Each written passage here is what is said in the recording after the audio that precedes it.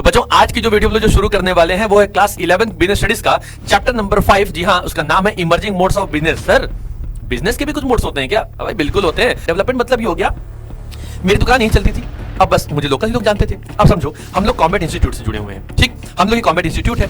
अब combat institute में अगर हम लोग ऑफलाइन बच्चों को पढ़ाएंगे तो कितना पढ़ाएंगे? एक बैच में 50, 100, 200 इतना पढ़ा सकते हैं ना। तो हम लोग की जो रीच थी वो कितने लोगों तक पहुंची? 200। वो 200 लोग के अब वो बच्चे हैं, वो अपने घर में पापा बताएंगे तो तकरीबन मान के चलो कि 2 3 600 मतलब 1000 लोगों तक हम लोग की रीच पहुंची अपने कोचिंग की। ठीक है, ये हर साल की बात है। लेकिन अब हम लोग ऑनलाइन प्लेटफॉर्म पे आ गए हैं, तो जितने बच्चे हम लोगों ने पढ़ाया नहीं उतने दिन हम लोग सब्सक्राइबर भी होंगे, उतने ज्यादा हम लोग की व्यू भी आएगी, उतना ज्यादा हम लोग क्या होगा, डेवलपमेंट भी हो रहा है। देखिए देखो बच्चा, एक बात बताऊं, पैसा कमाना जिंदगी में बहुत जरूरी है। अब उसके लिए आपके पास बहुत सारे तरीके होते हैं। तरीके का कहने का मतलब हमारा ये हो गया कि अब इसका मतलब थोड़ा गलत काम करेंगे।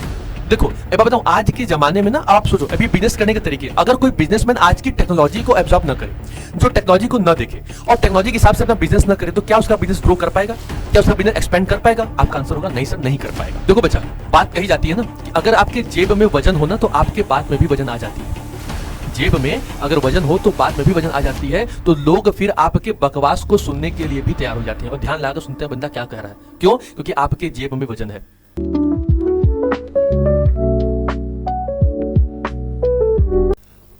हेलो बच्चों, कैसे हैं आप सभी? मैं सौरभ उपाध्याय आप सभी का हार्दिक स्वागत और अभिनंदन करता हूं आपके अपने चैनल कॉम्बैट हब पर। तो बच्चों आज की जो वीडियो हम लोग जो शुरू करने वाले हैं वो है क्लास 11 बिजनेस स्टडीज का चैप्टर नंबर 5। जी हाँ, उसका नाम है emerging modes of business. Sir business के भी कुछ मोड्स होते हैं क्या? भाई बिल्कुल होते हैं। आइए अब आज की वीडियो में हम लोग कुछ उन्हीं चीजों के बारे में बहुत अच्छे से जानने वाले हैं, समझने वाले हैं। और सबसे बड़ी बात, एक इंपॉर्टेंट फैक्टर कि सर पहले के बिजनेस कैसे होते थे और आज का बिजनेस कैसा होता है। पहले हम लोग बिजनेस किस तरीके से करते थे, आज का बिजनेस कैसे करते हैं। ठीक, पहले कस्टमर सर कैसे अट्रैक्ट होते थे, आज के कस्टमर कैसे अट्रैक्ट होते हैं। तो अभी तक आप लोगों ने प्रॉपर तरीके से कुछ चीजों के बारे में पढ़ लिया है। ये बेसिकली बच्चों ये जो वीडियो है वो क्लास 11 के स्टूडेंट्स के लिए है। क्या होता है सर इसमें? Emerging modes of business. Sir business के कई सारे मोड्स बनाए गए हैं। हम लोग डेली एक्टिविटी पे तो काम करते हैं, सर मुझे इसकी रिक्वायरमेंट थी, मैं दुकान पे गया, पैसा दिया और ये प्रोडक्ट लेकर के आ गया। प्लस उसी तरीके सर किसी और ने कहीं और दिया, कुछ और दिया, करते गए, चलते गए, करते गए। बस एक ही तरीके की एक्टिविटी समझते हैं कि भाई कोई किसी को सेल कर रहा है, कोई किसी को परचेस कर रहा है, कोई कुछ कर रहा है, कोई कुछ कर रहा है। नहीं बच्चों, बिजनेस बस केवल यहीं पे नहीं रुका हुआ है। बिजनेस मतलब सर बिजनेस के कई सारे मोड्स हैं। जैसे एक बिजनेस फर्म दूसरे बिजनेस फर्म से अट्रैक्ट होती है, एक बिजनेस फर्म अपने कस्टमर से अट्रैक्ट होती है, कभी कभी तो कुछ कुछ केसेस में एक कस्टमर दूसरे कस्टमर से अट्रैक्ट होते हैं। तो ऐसे फॉर्म्स ऑफ बिजनेस को C2C बिजनेस भी कहते हैं। और मजे की बात, अगर सर किसी कंपनी के डिपार्टमेंट के अंडर में ही अगर एक डिपार्टमेंट दूसरे डिपार्टमेंट से इंटरेक्ट हो रहे हैं, इंटरलिंक्ड हो रहे हैं, कम्युनिकेट कर रहे हैं ना, तो उसे भी इंट्रा भी कॉमर्स वाली कैटेगरी में रखते हैं। ठीक है, तो आज के वीडियो में हम लोग जो पढ़ने वाले हैं और जानने वाले हैं वो बिजनेस के कई सारे मोड्स के बारे में जानने वाले हैं। बिजनेस पढ़े हैं, सब कुछ अच्छे से पता है सर। वो प्रॉफिट मेकिंग एक्टिविटी होती है, सर कस्टमर सेटिस्फैक्शन इंपॉर्टेंट होता है, मोरल वैल्यूज होती हैं, एथिक्स को फॉलो करना पड़ता है, सोसाइटल के लिए रिस्पॉन्सिबिलिटीज करनी पड़ती हैं। लेकिन बच्चा आज की वीडियो में जो समझने वाले हैं वो ये भी जानने वाले हैं कि बिजनेस के कौन कौन से मोड्स होते हैं। सर अभी तक तो हमको पता था सर कि मेरी रिक्वायरमेंट होती थी तो परचेस कर लेते रहे, थोड़ा जमाना सोचो। आओ आज की वीडियो में हम लोग बस यही जानने वाले, इंटरेस्टिंग चीजें होने वाली हैं। आप थोड़ा सोचो कि थोड़ा आज से 15 साल 20 साल पहले चले जाओ। हम तो कह रहे हैं 15-20 साल पहले मत जाओ, 10 साल पहले चल जाओ। ठीक है, 2012-13 का जमाना समझ लो, 12-13 साल पहले की बात है। अब चल जाओ, क्या सर उस समय अगर हमें किसी गुड्स की रिक्वायरमेंट होती तो हम कहाँ जाते थे? Sir of course sir mummy papa को लेकर के सर बाजार जाते थे। पापा तो नहीं जाते थे लेकिन मम्मी हमको लेके जाती थी। हमारा बर्थडे होता था या हमारा कोई छोटे मोटी सेलिब्रेशंस होती थी या फैमिली को किसी शादी पार्टी में जाना होता था तो हम लोग जाके सामान परचेस करते थे। तो वो जो किसी गुड्स की जो सेलिंग और परचेसिंग एक्टिविटी होती थी मार्केट में वो ऑफलाइन होती थी। लेकिन आज की डेट में सोचो कि आपके पास टाइम नहीं है, आपकी फैमिली के पास टाइम नहीं है, तो ऐसी सिचुएशन में आपके पास कौन सा मौका मिलेगा? अब आपके पास क्या सर? ऑनलाइन बिजनेस आ चुका है। आप मोबाइल फोन उठाएंगे, मोबाइल फोन में अमेजॉन हो गया, फ्लिपकार्ट हो गया, मिंत्रा कंपनी हो गई है ना, मीशो कंपनी हो गई, कई कंपनी नाम सर्च करते हैं सर, डिलीवर। आपको अच्छा लगा, आप अपने हिसाब से वेरियस चॉइसेस आपको मिल गए, वेरियस कलर्स आपको मिल गए, है ना। नंबर ऑफ चॉइस बच्चा क्या हो गया? इंक्रीज हो गया। नंबर ऑफ कलर्स क्या हो गए? इंक्रीज हो गए। ये अभी हम लोग जो पढ़ रहे हैं वो कंज्यूमर मतलब कस्टमर के पॉइंट ऑफ व्यू से पढ़ रहे हैं। बिजनेस के पॉइंट ऑफ व्यू से भी तो पढ़ेंगे भाई, उनको भी क्या बेनिफिट है। सोचो एक एग्जांपल की समझो कि एक दुकानदार मतलब कोई रोहन नाम ले लेते हैं। एक रोहन का एक पुराना बिजनेस था जो अपने साड़ी की सेलिंग करता था और जो भी साड़ी के कपड़े का उसका वो दुकान होता था। वो दुकान जो सेलिंग करता था वो क्या करता था, उसके पास कस्टमर उसके पास आते थे, जो सेलिंग होती थी वो एक तरीके से कैश में होती थी, ठीक है। कोई ऑनलाइन का कोई प्लेटफॉर्म वहाँ पे था नहीं, अवेलेबल नहीं था। ये 10-15 साल पहले की बात बता रहे हैं, 20 साल पहले भी चल जाओ तो पूरा एक्टिविटी वही होती थी। इस समय जो लिमिटेड उनकी स्केल एरिया था, क्योंकि उनके गली मोहल्ले के जो लोग थे बस वही उनको जानते थे। अब सोचो कि वही अब रोहन के बिजनेस ने, जो रोहन का जो बिजनेस पुराना बिजनेस था जो पापा चलाते करते थे, अब रोहन बाकायदा एक बहुत बड़ा एजुकेटेड पढ़ा लिखा हो गया। आज के इन्वायरमेंट को देखते देखते उसने अपने उसी बिजनेस को, बिजनेस वही है, उसको एक्सपेंड कर दिया। क्या कर दिया? उसके लिए बाकायदा एक इंस्टाग्राम पेज बना दिया, ठीक, एक यूट्यूब पे छोटा सा चैनल बना दिया, अपने सारे प्रोडक्ट की वैरायटी सब कुछ क्वालिटी सब शो करने लगा। कस्टमर जो उसके पास आते जाते थे उनके फीडबैक लेना शुरू कर दिया, ठीक है, अपनी वीडियो बनाना शुरू कर दिया। प्लस उसके पास क्या हुआ, एक तरीके से अपने आप को ऑनलाइन प्लेटफॉर्म पे सेट कर दिया कि भाई एक तरीके से उसने अपने आप को अमेजॉन, फ्लिपकार्ट जैसी कंपनियों में उसने अपने को शिफ्ट कर दिया। समझ रहे हो? अब वहां पे अब क्या है कि जो कस्टमर किसी को बनारसी साड़ी चाहिएगी और मान लो कि वो बनारसी सर्च करेगा, उसमें रोहन की दुकान भी कहीं ना कहीं तो आएगी। अब एक तरीके से आपकी जो रीच बस केवल एक लोकल में थी, अब आप लोकल से कहां पहुंच गए? ग्लोबल पहुंच गए। तो क्या हो गया? लोकल टू ग्लोबल तक का जो सफर है वही बचा बिजनेस के, हमारे ट्रेडिशनल बिजनेस, पुराने बिजनेस को लेकर के आज के मॉडर्न बिजनेस में आकर ऑपरेट हो जाता है, जनरेट हो जाता है। यही बस बिजनेस बदला है और यही बिजनेस का हमारा सिस्टम चेंज हो गया है। ये जो इमर्जिंग मोड समझ रहे हैं ना, उसमें ई बिजनेस भी आता है। ई बिजनेस मतलब हो गया सर बिजनेस करने का तरीका ही चेंज हो गया। पहले तो बिजनेस सर ऑफलाइन करते थे, आज ऑनलाइन करते हैं। सोचो पहले हम लोग की पूरी फैमिली जो हुआ करती थी, वो फैमिली जाती कहाँ थी?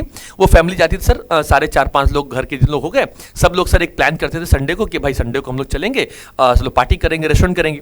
अब सोचो अब आप घर भी छोड़ के नहीं जा सकते, घर पे कोई बूढ़ा है या घर पे कोई दादा दादी है, उनको छोड़ के नहीं जाया जा सकता या उनको लेके भी जाएंगे तो एक प्रॉब्लम मन में होती थी। आज की डेट में क्या है सर? जोमेटो है, स्विगी है, आप तुरंत मोबाइल निकालेंगे, एप्लीकेशन इंस्टॉल किया, अपना नंबर देकर के वेरीफाई कर लिया, आपने प्रोडक्ट ऑर्डर कर दिया। अब क्या हो गया? अब आपके लिए वो बेनिफिट हो गया, घर बैठे बैठे आपके पास फूड की डिलीवरी हो गई। तो बिजनेस का मोड चेंज हो गया ना, बिजनेस तरीका चेंज हो गया ना।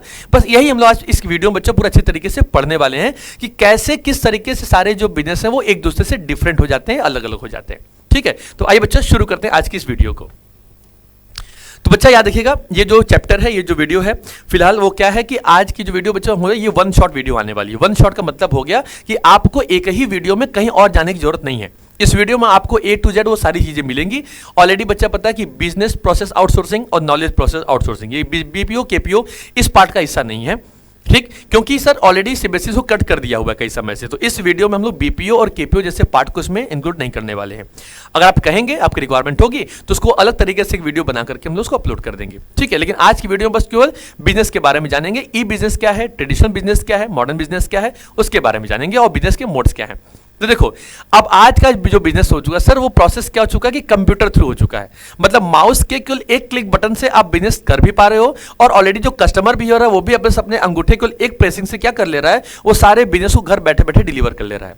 दिल्ली की बनी हुई चाहे कोई चीज हो गई या आगरा के बने हुए मशहूर पेठे हो गए, जो चीजें हो गई आप उसको ऑनलाइन डिलीवर, आप ऑनलाइन ऑर्डर कर देते हो। वो बिजनेस फॉर्म भी सोचो, वो आगरा से बनारस में नहीं बेच सकता था, लेकिन आज ये पॉसिबल है। किसकी वजह से? इलेक्ट्रॉनिकली, मतलब टेक्नोलॉजी की वजह से चीजें चेंज हो रही हैं, बन रही हैं, आगे चल रही हैं, है ना। तो देखो क्या कहता है, समझो क्या है सर कि ई बिजनेस इन्वॉल्व करता है उन सारी एक्टिविटीज को जो फंक्शंस एंड ट्रांजेक्शंस होते हैं दैट आर एग्जीक्यूटेड इलेक्ट्रॉनिकली, जिसको इलेक्ट्रॉनिकली मोड पे क्या कर दिया गया है, कवर कर दिया गया। किस पे? इलेक्ट्रॉनिकली मोड पे, ओवर कंप्यूटर नेटवर्क, जो कंप्यूटर के नेटवर्क से जगह जुड़े हुए हैं। और क्या कहता है भाई, it is a broader concept है than E commerce which specifically refers to the buying and selling of goods and services over the internet. अब जितनी बच्चा जो बाइंग और जो सेलिंग हो रही है, हम लोग की जो गुड्स की जो परचेसिंग हो रही है, जो सेलिंग हो रही है, पहले ऑफलाइन होता था, कैश में सेलिंग होती थी बहुत ज्यादा। ये QR कोड स्कैन करो नहीं जानते थे। और अच्छा, अपने गली मोहल्लों के बाहर तो हम किसी को जानते भी नहीं थे, लेकिन आज क्या हो गया, पॉसिबल हो गया है ना। अब देखो बनारस जैसा शहर देखो, सोचो पहले समय में क्या बनारस ये पहली बार नया बना है? नहीं ना, पहले बना होगा, पहले लोग थे। क्या इतने जो टूरिस्ट हो आज की डेट में आज यहाँ पे आ रहे हैं, क्या वो पहले भी आते थे? नहीं आते थे। लेकिन कहीं ना कहीं टेक्नोलॉजी का यूज तो हुआ है, उस इन्वायरमेंट का यूज तो हुआ है जो हमारे आसपास ही चल रही है। आपके गली में बिकने वाला कोई, ठंडी का मौसम चल रहा है सर, वो मलइयो आजकल बहुत फेमस होता है। अब सर्दी के समय में इसको बढ़िया तरीके से खाया भी जाता है ना। अब ऐसा नहीं होगा कि वो मिलता नहीं होगा, लेकिन इतना ज्यादा उसको वाइब बना दिया गया है, इतना कवर कर दिया कि बनारस की मलइयों का सर स्वाद कहीं नहीं। अब बनारस में जितने सारे जो मलइयो दुकान अपना लेके बैठे करते थे कि भाई कोई ग्राहक आएगा, अब लोकल ही पहले कस्टमर मिलते थे।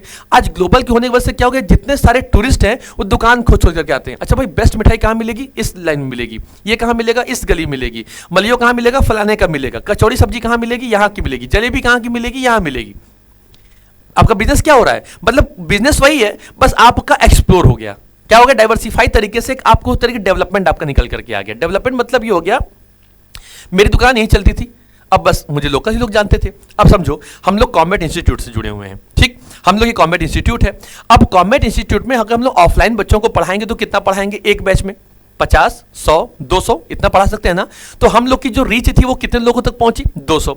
वो 200 लोग के अब वो बच्चे हैं, वो अपने घर मम्मी पापा को बताएंगे तो तकरीबन मान के चलो कि 2 3 600, मतलब 1000 लोगों तक हम लोग की रीच पहुंची अपने कोचिंग की, ठीक है, ये हर साल की बात है। लेकिन अब हम लोग ऑनलाइन प्लेटफॉर्म पे आ गए हैं, तो जितने बच्चे हम लोगों ने पढ़ाया नहीं उतने दिन हम लोग सब्सक्राइबर भी होंगे, उतने ज्यादा हम लोग की व्यू भी आएगी, उतना ज्यादा हम लोग क्या होगा, डेवलपमेंट भी हो रहा है। अब वो लोग भी हमको जान रहे हैं जहां तक हमारी रीच नहीं थी।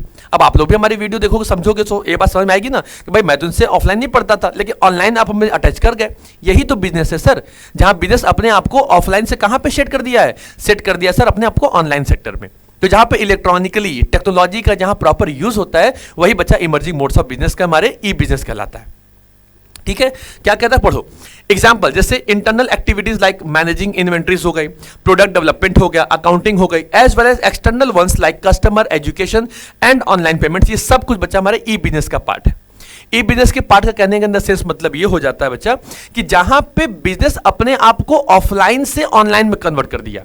अब बिजनेस में हम लोग में कुछ मोड्स के बारे में भी पढ़ेंगे। मोड्स मतलब हो गया बिजनेस करने का तरीका क्या क्या होता है, कौन कौन से बिजनेस हमारे ऑर्गेनाइजेशन में कंप्लीट की जाती हैं, या कौन कौन तरीके होते हैं। सर क्या बिजनेस भी बिजनेस से सेलिंग और परचेसिंग एक्टिविटी करती है क्या, या बिजनेस और कस्टमर से तो करते हैं, पता है भाई एक बिजनेस बैठा हुआ है और एक कस्टमर है। अब हम हैं, अब बिजनेस कौन है, अमेजॉन है, फ्लिपकार्ट है, ठीक, अभी बिग बीबीडी भी चला था, द बिग बिलियन डेज भी आए थे। अब हम कस्टमर, तो हमारा जो अट्रैक्शन हो रहा है, जो इंटरेक्शन हो रहा है, वो किससे हो रहा है, डायरेक्टली बिजनेस से हो रहा है। तो हम दोनों के बीच में होने वाला जो ट्रांजेक्शन होगा वो क्या कहलाएगा, B2C कहलाएगा, ठीक। अब एक कस्टमर ने किसी प्रोडक्ट को यूज किया, अब वो लग रहा है कि सर इसको हटा करके कोई नया मोबाइल ले ले, तब वो ऐसे किसी कस्टमर की तलाश करेगा भाई जो उसके सेकंड हैंड यूज किए हुए प्रोडक्ट को ले ले और उसको उसके बदले पैसा दे दे। अब जो ट्रांजेक्शन कस्टमर से कस्टमर के बीच में हो रहा है वो क्या हो गया, C2C ट्रांजेक्शन हो गया। एक और आइएगा, B2B क्या कहता है, B2B मतलब बिजनेस टू बिजनेस। अब मारुति कंपनी है, अब मारुति कंपनी ने एक तरीके से कार मैन्युफैक्चरिंग कर ली, लेकिन जो टायर लगाएंगे सर वो मारुति के तो होते नहीं, तो क्या करेगा, वो MRF कंपनी को परचेस करेगा, भाई ये काम करो, भाई मुझे कार बनानी है, मुझे तुम 100 टायर भेज दो, इस नंबर के, इस लेंथ के होंगे। वो क्या हो गया, अब MRF भी एक बिजनेस है, मारुति भी एक बिजनेस है। अब एक बिजनेस दूसरे बिजनेस में क्या हो रहा है, प्रॉपर तरीके से इंटरेक्शन हो रहा है, वो कौन सा बिजनेस कहलाएगा, वो B2B बिजनेस कहलाएगा। इंट्रा भी क्या कहलाता है, तो इंट्रा भी कहलाता है कि सर अगर एक ही डिपार्टमेंट के अंडर में मान लो कि जो फाइनेंस डिपार्टमेंट को डाटा चाहिए एम्प्लॉइज का, तो अब जो फाइनेंस डिपार्टमेंट है वो क्या किया कि प्रॉपर तरीके अपने इन्वेंट्री वाले ऑफिसर से बोलेगा भाई मुझे सारे एम्प्लॉय का डाटा दो, मुझे सबको सैलरी भेजनी है। तो वो जो इंटरेक्शन एक ही कंपनी के अंडर में या एक ही छत के नीचे अगर एक दूसरे के सॉल्यूशंस क्लियर हो जाए या कम्युनिकेट हो जाए, उसे इंट्रा भी कॉमर्स कहते हैं। अब इन्हीं चीजों को थोड़ा सा डीपली पढ़ा जाएगा, समझा जाएगा। देखो बच्चा एक बात बताऊं, बिजनेस करो, कुछ ना कुछ तो करो यार, क्योंकि करते रहना चाहिए, है ना। देखो होता क्या ना कि कभी कभी लोग बिजनेस करते हैं और फिर थक जाते हैं, अरे यार मैंने सर इतना किया लेकिन हमको फायदा नहीं मिला। लेकिन बहुत सारे लोग इस बात को नहीं जानते या बहुत अच्छे तरीके से को नहीं जानते कि जहां पे उन्होंने छोड़ा है ना, वो अपने एम के कितनी ज्यादा नजदीक थे। इसलिए कभी आप जब मेहनत करो तो मेहनत करते रहो, उसकी रंग, उसका सफलता कभी ना कभी आपके पास जरूर आएगी। लेकिन आप ये सोचोगे कि अरे इतना समय से काम कर रहे हैं, हमें सफलता नहीं मिल रही, कुछ नहीं मिला, नॉलेज तो मिला, प्रोफेशनलिज्म तो मिला, आपके अंदर उस चीज को काम करने की वैल्यू तो आई। कभी कैमरे के सामने खड़ा ना हो पाने वाला बंदा अगर वो डेली तकरीबन 100 वीडियो, दो वीडियो बनाता रहेगा, करता रहेगा, तो एक समय बंदा ऐसा आ जाएगा कि उसको एडिक्शन हो जाएगा, भाई कैमरा लाओ, क्या दिक्कत है, मुझे कोई दिक्कत नहीं है। समझ रहे हो ना। कभी कभी हम लोग कैमरे बात नहीं कर पाते, सामने बात नहीं कर पाते, जैसे किसी के लिए मंच बना हुआ है, सर आज तो माइक पे मैंने बोला नहीं, आप प्रैक्टिस तो करो, एक बार बोलोगे गलती होगी, 2 बार करोगे, 3 बार करोगे, तो बार बार आप अपनी गलतियों का एनालिसिस तो करोगे, और एक बार अगर आपने एनालिसिस कर लिया तो आपको परफेक्शन रिजल्ट मिल जाएगा, है ना। एक्सपीरियंस द बेस्ट टीचर कहा जाता है ना। तो वो एक्सपीरियंस आपके लगातार काम करने से होगा। लेकिन बहुत सारे ऐसे बिजनेसमैन होते हैं, बहुत सारे इंडस्ट्रियल मैन होते हैं, काम तो कर रहे हैं और वो उस काम को आधे में छोड़ देते हैं, जबकि उनको ये नहीं पता था कि जहां पर उन्होंने छोड़ा है वो अपने एम के, अपने ऑब्जेक्टिव के कितना ज्यादा नजदीक आ चुके थे। क्योंकि अब वो जब कोई दूसरा बिजनेस करेंगे तो दोबारा उन्हें फिर से काम ए से शुरू करना पड़ेगा। अभी वो ए से लेकर के पी तक, क्यू तक, आर तक तो आ गए थे, अब कुछ ही समय का तो बाकी था। इसलिए एक कहावत एक तरीके से कही गई, बात कही भी गई है कि बहुत सारे लोग इस बात को नहीं जानते कि वो जहां पे अपने आप को छोड़े हैं ना, वो अपने लक्ष्य के कितने ज्यादा करीब थे, अपने एम के कितने ज्यादा करीब थे। इसलिए बच्चा हमेशा अपने कोई भी काम को, चाहे पढ़ाई हो, चाहे वो ऑब्जेक्ट आपका बिजनेस हो, चाहे वो कुछ भी हो, XYZ, चाहे वो आप डिवोशनशिप में, आप हैं भगवान भक्ति में, कहीं भी हैं, जहां है लगे रहिए, लगे रहिए, लगे रहिए। वो कभी ना कभी परिणाम, उसके जो रिजल्ट होंगे वो आपके फेवर में पक्का आएंगे। बस पीछे नहीं हटना है, वो करते रहना है। आज सफलता नहीं मिलेगी, कल मिलेगी, कल नहीं मिलेगा, परसों मिलेगा। एक क्रिकेटर है, रणजी ट्रॉफी खेल रहा है, एक क्रिकेटर गली में खेल रहा है, वो गली वाला बंदा कब पहुंच गया रणजी में, अब उसको सपना तो है मुझे टीम पहुंचना है, अब सोचो वो रणजी से ही वो अपना एक डिमोरल हो जाए, उसको मोटिवेट ना मिले, डिमोटिवेट हो जाए, यार मेरा तो सेशन नहीं हो रहा है, तो क्या वो खेलना छोड़ देगा? खेलते रहो, कभी ना कभी, कभी ना कभी आपका वो समय जरूर आएगा कि जो ऊपर सेलेक्टेड टीम बैठे वो आपकी नज़र उसके आपको जाएगी, यार ये बंदा बढ़िया खिलाड़ी है, आज इसको लेते हैं। तो कभी कभी 10-10, 15, 20-20 साल देने के बाद भी हम लोग का वहाँ पहुँचा जाता है। आ रही बात समझ में? इसलिए हमेशा काम करते रहिए।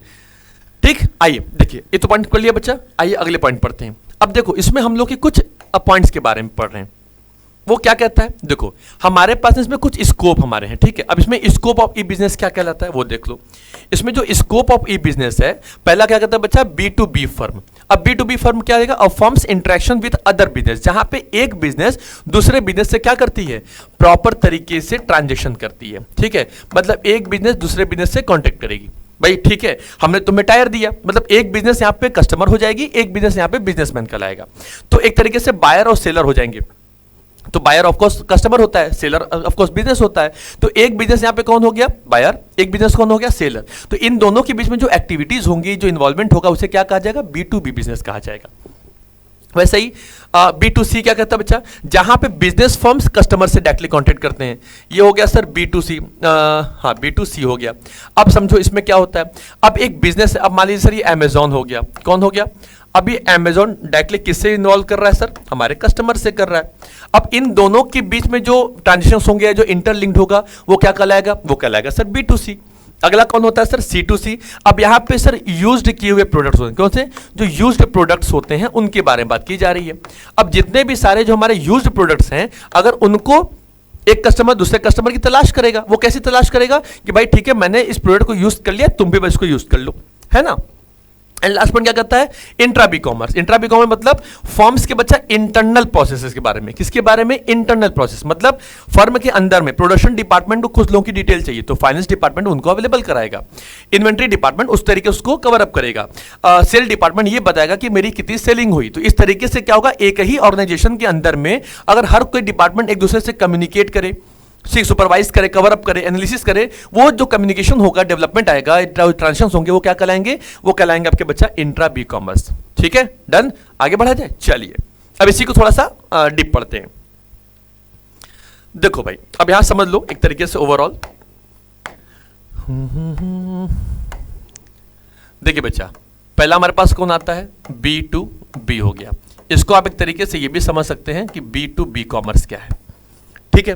अब B2B समझना, अब एग्जांपल समझो कि भाई कोई कंपनी है जिसका नाम है एज अ मारुति कंपनी, ठीक है। अब ये मारुति कंपनी क्या है सर, एक तरीके से ये सर एक कार मैन्युफैक्चरिंग कंपनी है। कौन सी कंपनी है, जो कंपनी है वो है आपकी कार मैन्युफैक्चरिंग कंपनी। अब सोचो अगर कार को बनाना होगा, ठीक, तो कार को बनाने के लिए क्या चाहिए सर, टायर्स चाहिए, जो सोफा सेट्स होते हैं वो चाहिए, ठीक है, उसमें जो शीशे लगाए जाएंगे, ठीक है, जो कांच होगा उसको लगाया जाएगा, समझ रहे हो। अब ये सब चीजें ऑलरेडी मारुति कंपनी प्रोड्यूस नहीं करती है, या उसका प्रोडक्शन ये नहीं बनाते, ठीक है। जो ग्लास होते हैं, या इसको ग्लास ब्रिक लिख सकते हो, ठीक है, ये सब चीजें जो प्रोड्यूस हो वो मारुति कंपनी नहीं करती है। तो मारुति कंपनी को कार बनाने के लिए कुछ न कुछ चीजों की रिक्वायरमेंट होगी। क्या रिक्वायरमेंट होगी भाई, मुझे टायर्स चाहिए, तो टायर्स के लिए वो किससे कम्युनिकेट करेंगे, वो करेंगे सर मान लीजिए MRF हो गया, या कोई कंपनी होगी सर सीएट टायर्स वाले हो गए, तो उनके टायर्स को क्या करेंगे, वो अपने गाड़ी के अंदर इनरोल करेंगे। सोफा होगा सर, वो किसी और कंपनी से बिलोंग करेंगे, मान लीजिए वो XYZ कोई भी हो जाती है। कांच वाला ये बंदा भाई कोई भी ये भी हो सकता है, ABC, मान लीजिए कोई बंदा ये भी बन गया, ठीक है, ग्लास वाला जो भी हो गया। अब समझ आपको बात आ रही है कि एक कार को प्रॉपर तरीके से मैन्युफैक्चरिंग करने के लिए ऑलरेडी क्या हो रहा है कि एक कंपनी, ये कौन है, ये बिजनेस है, ठीक है, ये कौन हो गया, एक तरीके से ये बायर हो गया। कौन हो गया बच्चा, ये हमारा हो गया बायर। अब बायर जो होता है वो हमारा क्या होता है, वो हमारा होता है सर कस्टमर, ठीक है। अब आप अपने इस कार को मैन्युफैक्चरिंग करने के लिए आप किससे कांटेक्ट करेंगे, आप MRF और सीएट। तो ये तो ऑलरेडी एक बिजनेस फर्म है ना सर, ये कौन है? ये ऑलरेडी तरीके से क्या एक बिजनेस फर्म है। तो जब एक बिजनेस फर्म्स के बीच में कम्युनिकेट होता है या ये दोनों एक दूसरे से इंटरलिंक्ड होते हैं, क्या होते हैं? इंटरलिंक्ड हो गए या इंटरकनेक्टेड। लिख दो यहां पे एक तरीके से, यहां पे ऐसे लिख दो, क्या इंटरलिंक्ड, ठीक, या इंटरकनेक्टेड, ठीक, जो होते हैं। अब ये क्या होंगे बच्चा? ये दोनों जब दूसरे से कांटेक्ट करेंगे तो इनके बीच में होने वाला कोई भी ट्रांजेक्शन या कोई भी एडजस्टमेंट वो क्या कहलाएगा? वो कहलाएगा सर B2B बिजनेस। क्या कहलाएगा? B2B बिजनेस कहलाएगा। यही हमारा क्या है? यही हमारी B2B बिजनेस को सेटअप करती है, जो सबसे पहला पॉइंट हम लोग पढ़ने वाले हैं या जो पढ़ रहे हैं। तो अभी हम लोग प्रैक्टिकली एक तरीके से एक एक लोग के बारे में पढ़ लेते हैं, फिर उसके बाद हम लोग डायरेक्टली उसके थियोरेटिकल पॉइंट पे कवर करेंगे, ठीक है? तो B2B बिजनेस आपको क्लियर हो गया अच्छे तरीके से। एक बिजनेस दूसरे बिजनेस से कम्युनिकेट करेगी, ठीक है? अब मान लो इस तरीके से एग्जांपल, ये तो क्लियर आप लोग को हो गया एक प्रॉपर तरीके से। आप चाहे तो इसका एक ले सकते हैं, ठीक है? ये आपके लिए बिल्कुल तरीके से प्रॉपर काम करेगा। अब आइए अगला बच्चा, ये तो क्लियर हो गया। अब आते हैं सेकंड नंबर पॉइंट पे, इसी को समझो।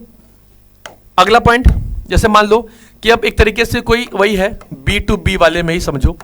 अब कोई हीरो नाम की कंपनी है। अब हीरो कंपनी में भी सर जब अगर टायर्स लगाए जाएंगे तो वो भी कहीं ना कहीं से बुलाया जाएगा, मंगाया जाएगा। जो सीट कवर लगाए जाएंगे वो भी किसी दूसरी कंपनी से आएंगे, क्योंकि ये इनकी कंपनी के नहीं होंगे, प्रोडक्शन का नहीं होगा। तो जब एक कंपनी अपने किसी गुड्स को प्रोड्यूस करने के लिए दूसरे कंपनी से डायरेक्टली क्या करे, बिजनेस टू बिजनेस तरीके से ट्रांजेक्शन करेगी, उसे बच्चा कहलाया जाएगा B2B बिजनेस कहेंगे।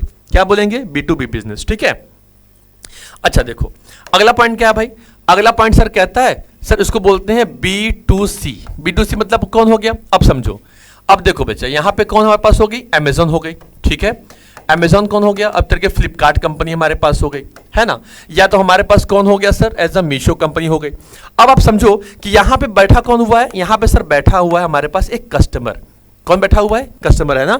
अब सोचो इनके बीच में अगर कोई ट्रांजेक्शंस होंगे या इनके बीच में जो भी एक इंटरलिंक्ड या इंटरकनेक्शंस जो जनरेट होंगे वो कहलाएगा B2C। भाई देखो कस्टमर कौन है वो छोड़ो, यहां पे देखो कौन है, एक तरीके से जोमैटो की बात भी आप कर लेते हैं, है ना? आप स्विगी की बात भी कर लेते हो। भाई ये एक तरीके से बिजनेस फर्म है। तो एक बिजनेस फर्म का डायरेक्टली कस्टमर से इंटरेक्ट होना या कस्टमर से डायरेक्टली इंटरलिंक्ड या इंटरकनेक्शन होना वो कहलाता है B2C कॉमर्स को। क्या कहलाता है समझो। अब देखो, अब एक कस्टमर है, अब कस्टमर ने क्या किया कि कुछ क्लोथ्स को या कुछ क्लॉथ हो गया, इनको ऑर्डर दे दिया अमेजोन को। और एक यहां पे जो कस्टमर, यहां पे कस्टमर था ए और यहां पे कस्टमर है सी। इसने ऑर्डर दे दिया जो स्विगी को एज अ फूड का ऑर्डर दे दिया। किसका ऑर्डर दे दिया? फूड का। अरे बस सुन, यहां पे कौन है? यहां पे फूड वाला है, यहां पे कौन है? क्लॉथ वाला है। अब थोड़ा एग्जांपल समझिएगा सर कि अगर ये दोनों अलग तरीके से हैं, अब यहां पे भाई हमारी कस्टमर ऑलरेडी यहां पे बिलोंग बैठा ही हुआ है और यहां बैठा हुआ स्विगी, तो स्विगी क्या करेगा? इनको फूड की डिलीवरी करेगा और अमेजॉन और फ्लिपकार्ट कंपनी क्या करेगी? इनको एज अ क्लॉथ की डिलीवरी देगी। तो जब किसी एक, ये कौन हो गया? ये हमारे पास हो गए बिजनेस। कौन हो गया हमारे पास? ये हमारी हो गई बिजनेस फर्म्स हो गई और ये कस्टमर बैठा हुआ है। तो जब कोई ट्रांजेक्शन डायरेक्टली किसके हो? कस्टमर से हो, और या तो जब यहां पे ट्रांजेक्शन किससे होगा? ऑलरेडी बिजनेस का। तो चाहे वो खाने पीने का सामान हो, चाहे वो पहनने का हो, चाहे वो किसी भी चीज की एक्टिविटीज हो। अब ये जो एक्टिविटी या ये जो मोड जहां पे बिजनेस और कस्टमर एक जगह पे इन्वॉल्व हो रहे हैं वो क्या कहलाएगा? Business to consumer. डायरेक्टली बात है ना। अब समझो, आप सोचो आप एक तरीके से आप पेंसिल लेने जाते हो, ठीक है? आप पेंसिल लेने चले गए, आप पेन परचेस करने चले गए, ठीक है? आप क्लॉथ परचेस करने मार्केट में गए। तो जहां पे बिजनेस और कंज्यूमर जहां पे इन्वॉल्व होंगे बच्चा, वो क्या कहलाएगा? वो हमारा कहलाएगा B2C ट्रांजेक्शन या B2C कॉमर्स कहेंगे। क्या बोलेंगे? B2C ट्रांजेक्शन या B2C कॉमर्स कहेंगे। क्लियर है बात? आगे बढ़े, चलो आगे देखते हैं। ये तो क्लियर आप लोग बात होगी, वो सिंपल सी बात है, ज्यादा इसमें दिमाग तो लगाना नहीं है, ठीक है? अगला कौन हो गया? देखो अगला पॉइंट क्या कहता है? अगला पॉइंट हमारे पास जो तीसरा पॉइंट है वो सर कहता है सर C2C। C2C मतलब कौन हो गया भैया? यहां पे सर हमारे पास आता है कस्टमर टू कस्टमर के बीच का ट्रांजेक्शन। किसके बात में? कस्टमर टू कस्टमर की ट्रांजेक्शन। अब सोचो यहां भी कस्टमर है, यहां भी कस्टमर है। तो बेसिकली बच्चा इस वाले काम में हम लोग जो यूज्ड प्रोडक्ट्स होते हैं ना, उनको यहां पे बिजनेस कवर अप किया जाता है। किसके थ्रू किया जाता है? तो वो बिजनेस फॉर्म आती है सर, OLX हो गया, ठीक? कौन हो गया सर? क्विकर हो गया, हमारे पास हो गई। ये जो फर्म्स जो बिजनेस होती हैं वो क्या हो गया? तो OLX वाला हो गया, क्विकर वाले हो गए। अब यहां पे भी जो कस्टमर है सर उसको प्रोडक्ट चाहिए, तो अब ये एक तरीके से न्यू कस्टमर है, ठीक? और ये कस्टमर क्या है? एक तरीके से यहां मान लीजिए यहां एक और कस्टमर है और इस कस्टमर के बीच की जो बात चल रही है वो कस्टमर कौन हो गया? ये एक तरीके से ओल्ड कस्टमर है जिसने प्रोडक्ट को प्रॉपर तरीके से यूज किया हुआ है। तो ये अपने यूज प्रोडक्ट को डायरेक्टली क्या कर सकता है? एक कस्टमर दूसरे कस्टमर को डायरेक्टली क्या कर सकता है? सेल कर सकता है। तो यहां पे एक जो होगा ये हो जाएगा सर बायर। कौन हो जाएगा? ये हमारे पास हो जाएगा, ये हमारा हो गया बायर। कौन हो गया? बायर। और ये हमारे पास कौन हो गया? ये हमारा हो गया सेलर। तो जब यहां पे ट्रांजेक्शन सेलर और बायर के बीच में हो, किसके बीच में? सेलर और बायर के बीच में जो ट्रांजेक्शन एग्जिस्ट होंगे, जो ट्रांजेक्शन डेवलप किए जाएंगे, वो क्या कहलाएगा भाई? वो कहलाएगा सर हमारा C2C ट्रांजेक्शन। क्या कहलाएगा? C2C। जैसे इसमें आप क्या क्या करते हैं? जैसे कि एग्जांपल मान लीजिएगा, आपने लिया सर मोबाइल फोन, किसके बारे में बात की? आप मोबाइल यूज करते हैं, आपने उसको सेल कर दिया। आप सर कोई बुक्स आप परचेस करते हैं, आपने बुक्स यूज किए, वो आपके किसी काम का नहीं, आपने उसे सेल कर दिया। ठीक है। जो क्लॉथ्स होते हैं, कभी कभी हम लोग कपड़े भी ऑलरेडी क्या होता है उसको भी प्रॉपर तरीके से मार्केट में सेल कर देते हैं, भाई किसी को दे देते हैं, भाई ठीक है पैसे से देकर क्या देना मुंह पे, वो क्या हो गया? तो जहां पे ये सब चीजें क्या होती हैं, ये सब चीजें बच्चा याद रखेगा, उसे कहते हैं यूज्ड बुक्स। क्या कहा जाएगा? जो यूज्ड होंगे, जिनको प्रॉपर तरीके से पहले यूज कर लिया गया होगा। जैसे इसमें कुछ चीजें आ गई हमारे पास, जैसे कोई सोफा हो गया या कोई फर्नीचर हमारे पास हो गए। तो जब यूज्ड किए हुए कोई प्रोडक्ट ऑलरेडी हम यूज करते हैं और उसे जब लगे कि वो मेरे किसी काम का नहीं है, उसे रिप्लेस करके किसी नए प्रोडक्ट को हमें परचेस करना है, तो ऐसे जो ट्रांजेक्शन के लिए मैं क्या करूंगा? किसी कस्टमर तलाश करूंगा। अब उसको डायरेक्टली कस्टमर तो ढूंढने से मिलेगा नहीं। तो बिजनेस फॉर्म में क्या हुआ कि टेक्नोलॉजी के सहारे में OLX और क्विकर जैसी कंपनियां एस्टेब्लिश हैं। आप जिस प्रोडक्ट को यूज कर लिए उस प्रोडक्ट का एक फोटो क्लिक करिए। फोटो क्लिक करके इनके वेबसाइट पर क्या खाली क्या करना है? फर्स्ट नंबर पॉइंट समझिएगा, एक नंबर पहले आपको क्लिक करना है sir as a photo click करना है, एक चीज। दूसरा, फोटो क्लिक करने के बाद क्या करोगे? उसको आप अपलोड करोगे, ठीक है, ऑन वेबसाइट पे। अब जैसे आप वेबसाइट करेंगे तो यहां पे कुछ कस्टमर तलाश में बैठे हुए हैं कि ऐसी कोई चीज निकल के आए। अब जो बायर है और सेलर है वो दोनों इस जगह प्लेटफॉर्म में बैठे हुए हैं। जैसे आप Amazon के पास बैठे थे, फ्लिपकार्ट के पास बैठे थे, है ना? तो अब क्या हुआ कि जो OLX और जो क्विकर जैसी कंपनियां हैं, अब यहां पे क्या कर रही हैं? अभी कस्टमर को चाहिए था सब कुछ फर्नीचर, तो आपके दिए गए वेबसाइट पे जहां पे आपने अपना प्रॉपर तरीके से क्या दिया था? अपना नेम दिया था, अपना मोबाइल नंबर दिया था और अपने एड्रेस को दिया था। ये सारी चीजों से कंफर्मेशन से एक कस्टमर दूसरे कस्टमर को क्या करे? कॉन्टेक्ट करेगा, भैया हमें ये प्रोडक्ट चाहिए था, मिल जाएगा क्या? हाँ सर मिल जाएगा। ठीक है। अब ये यूज किए प्रोडक्ट, आप उनके घर जाइए, दुकान जाइए, जहां जाना हो, जिस जगह पे वो सारे सामान अवेलेबल हैं, आप जाकर वहां पे गुड्स की परचेसिंग और सेलिंग कर सकते हैं। वो क्या कहा जाएगा बच्चा? तो वो जो ट्रांजेक्शन जो किसी कस्टमर और कस्टमर के बीच में हो रहा है, तो उसे कहा जाएगा C2C ट्रांजेक्शन या C2C बिजनेस कहा जाएगा। क्लियर बात? आगे बढ़े, चलो भाई, ये तो हो गया। अगर चाहें तो इसका स्क्रीनशॉट ले सकते हैं, फिर हम लोग आगे बढ़ते हैं। ठीक क्या बच्चा? थोड़ा उसको समझिएगा। ओ भाई तो बाद में आना अभी। अब अगला कहता है बच्चा, अगला जो पॉइंट उसका नाम है सर इंट्रा बी कॉमर्स। क्या नाम है? Intra B commerce. अब ये कहता है सर कि कोई कंपनी है, ठीक है, और एक ही कंपनी के अंडर में जब कई सारे डिपार्टमेंट एक दूसरे से कम्युनिकेट करें। जैसे पहला पॉइंट हमारे पास आ जाता है sir as a production department. कौन डिपार्टमेंट आ गया? प्रोडक्शन। सेकेंड पॉइंट हमारे पास कौन आ गया सर? हमारे पास आ गई इज सेल्स डिपार्टमेंट। ठीक। तीसरा हमारे पास कौन आ गया? एज अ फाइनेंस डिपार्टमेंट, इसको फाइनेंस डिपार्टमेंट भी आप कह सकते हो। ठीक है। और चौथा जो डिपार्टमेंट हमारे पास आ गया एक तरीके से वो हो गई मार्केटिंग डिपार्टमेंट।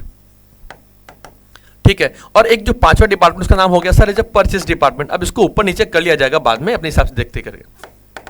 अब मान लीजिए कि सर किसी केसेस में कि अगर फाइनेंस डिपार्टमेंट को नंबर ऑफ लिस्ट चाहिए, ठीक, या ये कंपनी चाहिए कि भाई कितना प्रोडक्ट मार्केट में सेल हुआ, कितना में इनको पूरा सेल का सेल पूरा रिकॉर्ड चाहिए। अब इस सेल रिकॉर्ड कौन देगा भाई? जो ऑलरेडी सर यहां पे सेल डिपार्टमेंट बैठी हुई है। तो वो सेल डिपार्टमेंट क्या करेगी? वो सेल डिपार्टमेंट जो भी होगा वो इस फर्म को क्या कर देगी? सारा रिकॉर्ड अवेलेबल करा देगी। तो अब जो ट्रांजेक्शन या जो इनका इंटरलिंक और कम्युनिकेशन हो रहा है वो किसके बीच में हो रहा है? एक डिपार्टमेंट का दूसरे डिपार्टमेंट के बीच में हो रहा है। वो क्या कहला गया? इससे ऐसे डिपार्टमेंट को कहा जाएगा इंट्रा बी कॉमर्स। क्या कहा जाएगा? Intra B commerce. समझो, जब एक ही डिपार्टमेंट के अंदर बैठा हुआ मान लीजिए प्रोडक्शन और परचेस डिपार्टमेंट के बीच में कोई ट्रांजेक्शन अगर हो रहा होगा या कोई बिजनेस डेवलप हो रही होगी तो उसे कहा जाएगा प्रोडक्शन डिपार्टमेंट, परचेस डिपार्टमेंट बोला जाएगा इंट्रा बी कॉमर्स। क्या कहा जाएगा? इसे कहा जाएगा भाई इंट्रा बी कॉमर्स। क्या कहेंगे? इंट्रा बी कॉमर्स कहा जाएगा। क्लियर है बात? इसको थोड़ा सा हटा देते हैं, नहीं तो फिर आप, हाँ, ये क्या हो गया हमारे पास? इंट्रा बी कॉमर्स हो जाएगा। क्लियर आई बात समझ में? तो ये क्या है, तो जब एक ही कंपनी के अंडर में बैठने वाले जितने सारे डिपार्टमेंट अगर एक दूसरे से कम्युनिकेट करें, एक दूसरे से बातें करें, बोलें या सुपरविजन करें या एनालिसिस करें या कोई रिपोर्ट का ट्रांजेक्शन करेंगे, वो क्या कहलाएगा, वो सारा ट्रांजेक्शन कहलाएगा इंट्रा बी कॉमर्स कहलाएगा। तो एक ही कंपनी के अंडर में बैठा है वो सारे रिकॉर्ड्स मेंटेन किए जाते हैं। तो ये क्या हो गया बच्चा, ये हम लोग का हो गया इंट्रा बी कॉमर्स। क्लियर होगी बात हो गई? देखिए देखो बच्चा एक बात बताऊं, पैसा कमाना जिंदगी में बहुत जरूरी है। अब उसके लिए आपके पास बहुत सारे तरीके होते हैं। तरीके का कहने का मतलब हमारा ये हो गया कि अब इसका मतलब थोड़ा ना गलत काम करेंगे। देखो एक बात बताऊं, आज के जमाने में ना आप सोचो, अभी बिजनेस करने के तरीके, अगर कोई बिजनेसमैन आज की टेक्नोलॉजी को एब्जॉर्ब न करे, जो टेक्नोलॉजी को न देखे और टेक्नोलॉजी के हिसाब से अपना बिजनेस न करे, तो क्या उसका बिजनेस ग्रो कर पाएगा? क्या उसका बिजनेस एक्सपेंड कर पाएगा? आपका आंसर होगा नहीं सर, नहीं कर पाएगा। क्यों? उसके पीछे रीजन क्या होगा सर? जमाना अब आज की जो कस्टमर है वो आपको ऑनलाइन सर्च कर रहे हैं और आप दुकान में लेकर के अगरबत्ती दिखा रहे हो, तो उसमें आपका बिजनेस डन नहीं होने वाला। अब आपकी जो एरिया है अब लिमिटेड नहीं, अब आप अनलिमिटेड लेवल पे जाने वाले हैं ना। अब सोचिए emerging modes of business class 11 कोई बंदा सर्च किया तो हमारी वीडियो उसके पास जानी चाहिए ना, उसको दिखनी चाहिए ना कि जहां जहां इस प्लेटफॉर्म पे ये चीजें भी अवेलेबल है, ये टीचर भी पढ़ा रहा है। होगा कि नहीं होगा? ऑफकोर्स होगा ना। तो ये क्या, अब जब कस्टमर आपको ऑनलाइन सर्च कर रहा है और आप ऑफलाइन में बिजनेस कर रहे हो, तो फिर फायदा कहां मिलेगा? इन्वायरमेंट के हिसाब चलो। लोग पहले जमाने में टिकट बुक करने के लिए पहले जाते थे, टिकट घर के सामने पहले खड़े हो जाते थे लाइन लगा के, अपना सारा आधार सब लेकर के, भैया मैं टिकट बुक करनी यहां से। आज आपके पास मोबाइल पे सारे एप्लीकेशंस अवेलेबल हैं। आप मोबाइल पे बस क्लिक करिए, डाटा नंबर दीजिए, अपना आईडी दीजिए, सब कुछ करिए, अपना टिकट बुक कर लीजिए, अपने हिसाब से सीट की बुकिंग कर लीजिए, सब कुछ तो आपके हाथों में है। एरोप्लेन टिकट हो गई, बस टिकट हो गई, रेलवे टिकट हो गई, कुछ भी आप घर बैठे बैठे, यार मुझे तो सुबह 4:30 बजे यार जाना है बाबतपुर, या मुझे किसी एयरपोर्ट पे जाना है, कैसे जाऊंगा? सुबह पता नहीं मुझे रिक्शा मिलेगा नहीं मिलेगा। आप घर बैठे रहे, फटाफट ने ओला कैब देख लिया, उबेर कब देख लिया, कैब देख लिया, तो क्या हुआ, आपने क्लिक किया, मोबाइल नंबर दिया, फाइंड आउट कर लिया भाई 4:30 बजे मुझे बंदा चाहिए, वो बंदा रेडी हो गया, आप एक दुकान अब घर के बाहर खड़ा हो गया। कुछ काम करना पड़ा नहीं ना। तो जब आपको ऑनलाइन सर्च किया जा रहा है तो आप ऑफलाइन पे क्यों हैं? बच्चा एक बात बताऊं, देखो बिजनेस कुछ ना कुछ करते रहिए, चलते रहिए। बिजनेस चलती का नाम रेलगाड़ी, रुक गए तो कहानी खत्म। चलते रहिए चलते रहिए। कहां चलेंगे सर? चलने का कोई रास्ता भी तो, चलते तो रहिए, मंजिल अपने आप मिल जाएगी। सब कहीं तो कोई तो जाके रुकेंगे, कहीं तो हमारा ठिकाना आएगा। अब पहले सोच के ही चलेंगे, नहीं सर यहां तक इतना चला, बहुत चल दिए, अब पीछे बैक हो जाते हैं। क्या पता जहां आप रुक रहे हो वहां से बस थोड़ी कदम पे ही आपका ठिकाना आ गया हो, तुरंत ही उस जगह पे आपका लक्ष्य, आपका ऑब्जेक्टिव आपका इंतजार कर रहा हो। बस हम थोड़ी चीजों से ही बस पीछे रह जाते हैं। प्रैक्टिस करते रहो। एक जो सुंदर जो गायक होता है ना, वो रोज प्रैक्टिस करता है, रोज प्रैक्टिस करता है, कभी तो कभी उसके अंदर परफेक्शन आएगी।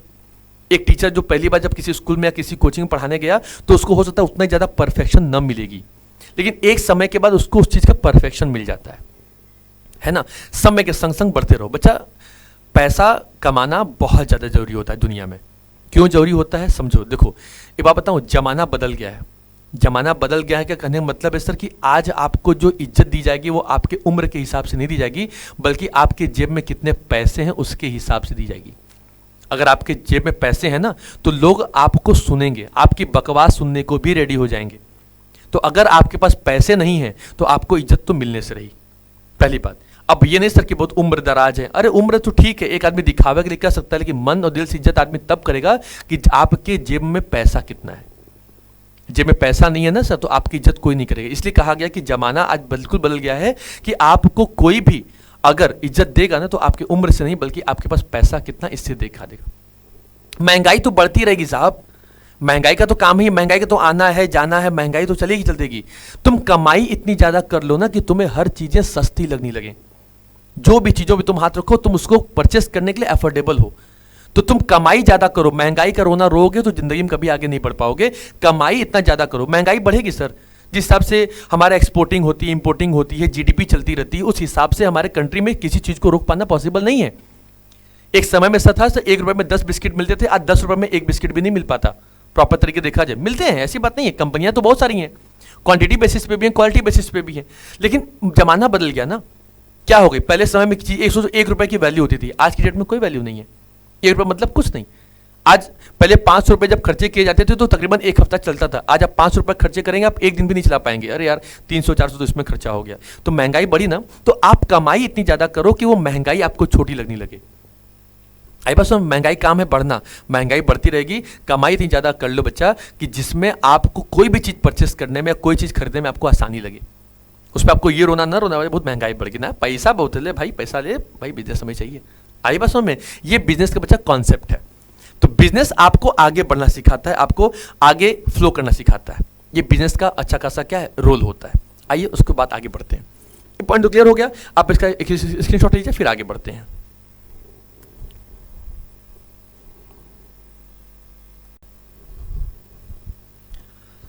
तो चलिए बच्चों, फिर हम लोग आगे बढ़ते हैं, आगे वाले पॉइंट को कवर करते हैं। इतना तो आप क्लियर हो गया हो कि जो भी डिपार्टमेंट के अगर अंडर में सारी वैल्यूज अगर आएंगी जो एक दूसरे से कम्युनिकेट करेंगे, इंटरेक्ट करेंगे, तो वो हम लोग का एक तरीके से इंट्रा बी कॉमर्स कहलाएगा। ठीक है, चलिए अब आगे बढ़ जाते हैं भाई। अब अगले पॉइंट पे आते हैं। अब हम लोग ने बच्चा जो जो चीजों को अभी तक प्रैक्टिकली पढ़ा था, अब उसको थोड़ा बहुत थियोरेटिकली पढ़ लेते हैं। B2B कॉमर्स क्या कहता है? कहता है सर कि both parties involve in E commerce transactions are business forms, hence the names B2B and which stands for business to business. इसको बच्चे बोलते हैं बिजनेस टू बिजनेस ट्रांजेक्शंस को कवर अप करते हैं। Creation of utilities of the delivery of values requires the interaction of a business with a number of other business firm। एक business firm जब other business firm से interact होती है, उनसे transactions करती है, उसे B2B बिजनेस कहते हैं। किसी पर्टिकुलर, सोचो एक मोबाइल फोन बनाना, मोबाइल फोन में देखोगे जो बैटरियां होती हैं वो किसी अदर कंपनी की होती है, जो ग्लास लगाएंगे वो किसी अदर कंपनी की लगाएंगे, जो स्टील उस बॉडीज में लगेगी वो अलग फीचर की लगेगी। मतलब एक प्रोडक्ट को प्रोड्यूस करने के लिए उसमें अलग अलग फर्म से हम कॉन्टैक्ट करते हैं, है ना। अब एक रेस्टोरेंट वाला होगा, ठीक है, वो चावल कहीं और से लेकर के आएगा, दाल कहीं और से लेकर के आएगा, हो सकता है एक ही दुकान से लेकर के आए, मसाले किसी और कंपनी के होंगे। तो जब एक बिजनेस फर्म जब दूसरी किसी बिजनेस फर्म से इंटरेक्ट हो रही हो, ठीक है, उनसे ट्रांजेक्शंस कर रही हो, तो एक फर्म दूसरे फर्म, जहां पे एक फर्म बायर होगा, एक फर्म हमारा सेलर होगा, तो बायर और सेलर के बीच के ट्रांजेक्शन को एस्टैब्लिश करना, कवर अप करना, that's called a B2B business. ठीक है, अब एक सोचो कार बनाने वाली कंपनी होगी भाई, ग्लास जो लगाए जाएंगे, जो कांच शीशे लगाए जाएंगे, वो किसी अलग कंपनी के होंगे, वो मारुति कंपनी खुद उसको प्रोड्यूस नहीं करती होगी या मैन्युफैक्चर नहीं करती होगी। जिसमें सीट्स लगाए जाएंगे, सोफे लगाए जाएंगे, वो भी उस कंपनी के नहीं होंगे। जो टायर्स लगाए जाएंगे वो उस कंपनी के नहीं होंगे। जो ब्रेक लगाए जाएंगे, जो उसमें अदर जिसकी जो इंटीग्रल जो पार्ट्स होंगे वो उस कंपनी नहीं होंगे। अलग अलग कंपनियों, अलग अलग फर्म से रॉ मटेरियल्स को ऐड करके ले करके उनसे अपनी किसी गुड्स को मैन्युफैक्चर करना। तो उस समय पे क्या होगा, तो एक फर्म जब दूसरे फर्म से चीजों को परचेस करने लगे और एक फर्म दूसरे फर्म को सेल करने लगे प्रोडक्ट के बारे में, वो क्या हो गया, वो कहलाया जाएगा sir business to business firm. आई बस में एक बिजनेस दूसरे बिजनेस से कॉन्टैक्ट, है ना। चलिए ये तो क्लियर हो गया बच्चा। तो एग्जांपल समझिएगा, the production of an automobile requires the assembly of a large number of components which are manufactured elsewhere either locally or overseas, या तो उनके अगल बगल में होंगे तो आसपास के दूसरी साइड में होंगे। तो जब एक फर्म दूसरे फर्म से इंटरेक्ट होती है उसे क्या कहा जाता है बच्चा, उसे कहा जाता है ओवरऑल तरीके से B2B कॉमर्स कहेंगे। ठीक है, इतना बात क्लियर है, हम लोग प्रैक्टिकल पढ़ ही लिया है। आइए आगे बढ़ते हैं।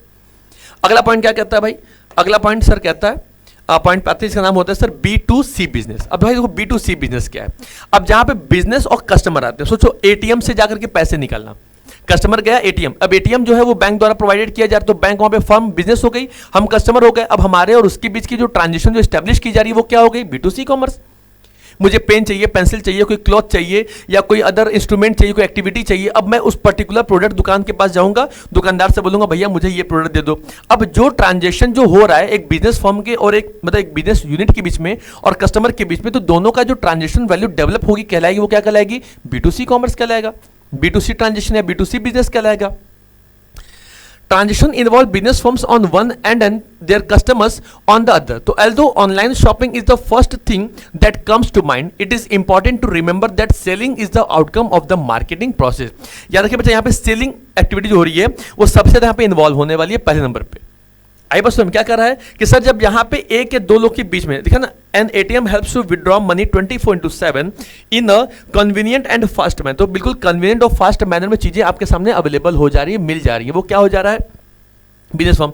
तो आप जब अपने आप को जब एक पर्टिकुलर कवर अप करेंगे ना, तो जहां पे आपके पास एक बिजनेस फर्म का जो ट्रांजेक्शन होगा, अगर वो आपके दिए गए कस्टमर से होगा, तो इनके बीच का जो ट्रांजेक्शन जो एस्टेब्लिश हो रहा है, जो हम सेलिंग परचेसिंग कर रहे हैं, वो बिजनेस टू कस्टमर हो गया।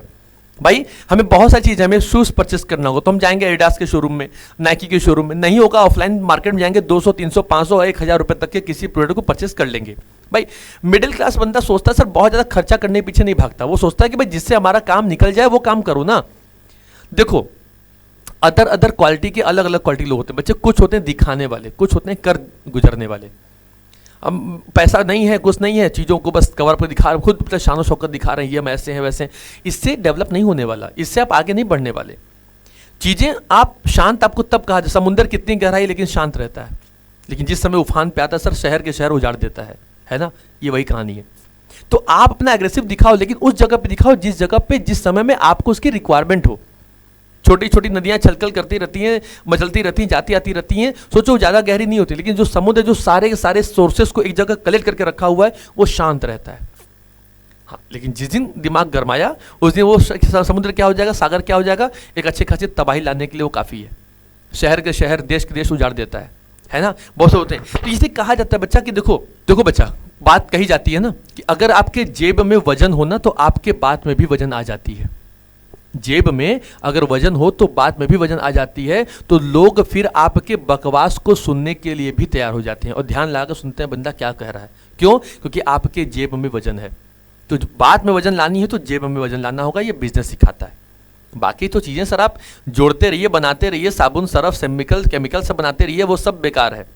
लेकिन आपकी जो क्रिएटिविटी, आपकी जो वैल्यू निकल के आएगी वो इन्हीं चीज़ों निकल के आएगी कि आपके जेब में पैसा कितना है।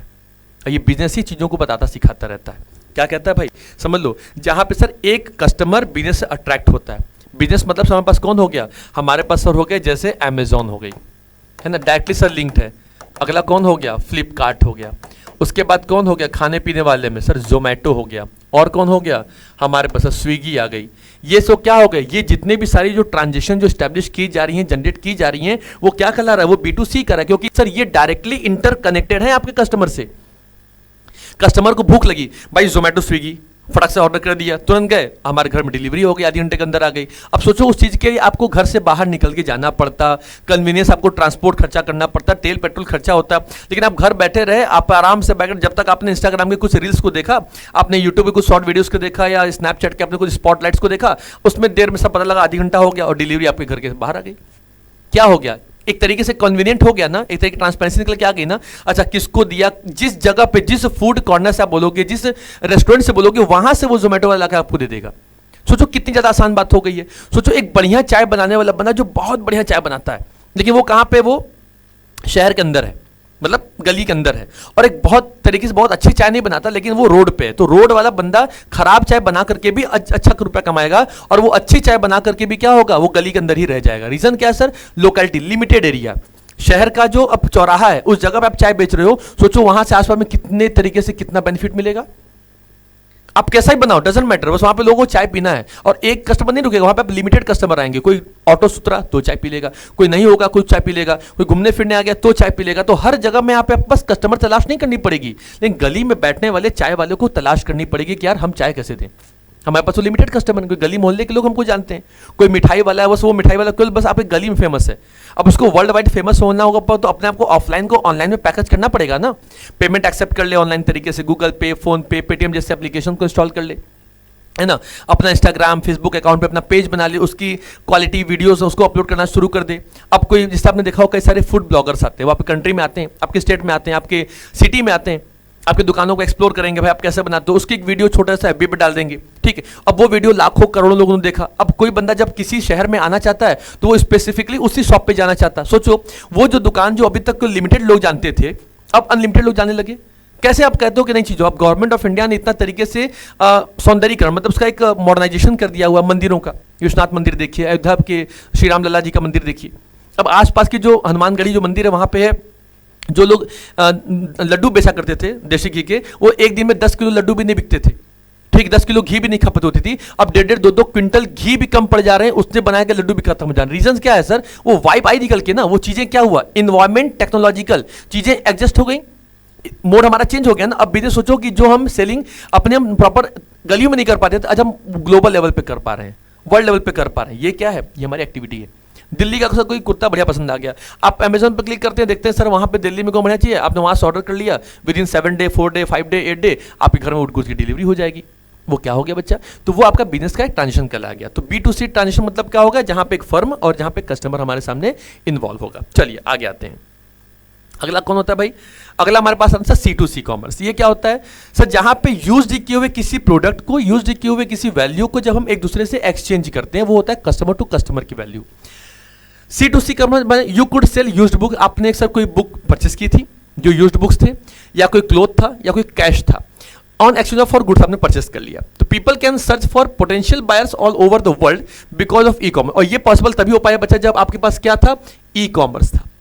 क्या था, ई कॉमर्स था। जैसे क्विकर, OLX, ये कुछ प्लेटफॉर्म्स आपके पास अवेलेबल हैं जो कस्टमर्स को क्या करते हैं, उन गुड्स को सेलिंग करने के लिए, परचेस करने के लिए अट्रैक्ट करते हैं। भाई हमारे पास कोई फर्नीचर था जो मेरे किसी पर्टिकुलर यूज के लिए, मान लीजिए मेरी पुरानी कोई इंस्टीट्यूशन रही होगी, पुराना मेरा कोई स्कूल रहा होगा, स्कूल चलाते थे तो मुझे फर्नीचर्स की रिक्वायरमेंट होती थी। अब मुझे इसकी रिक्वायरमेंट नहीं है, वो मेरे लिए तो बेकार, एसेट्स मेरी है लेकिन मेरे लिए वो बेकार पड़ा हुआ है, फालतू में जंग लगेगा, दिमक लगेगा, खराब हो जाएगा। OLX और क्विकर जैसी प्लेटफॉर्म मुझे ऐसे प्लेटफॉर्म देते हैं।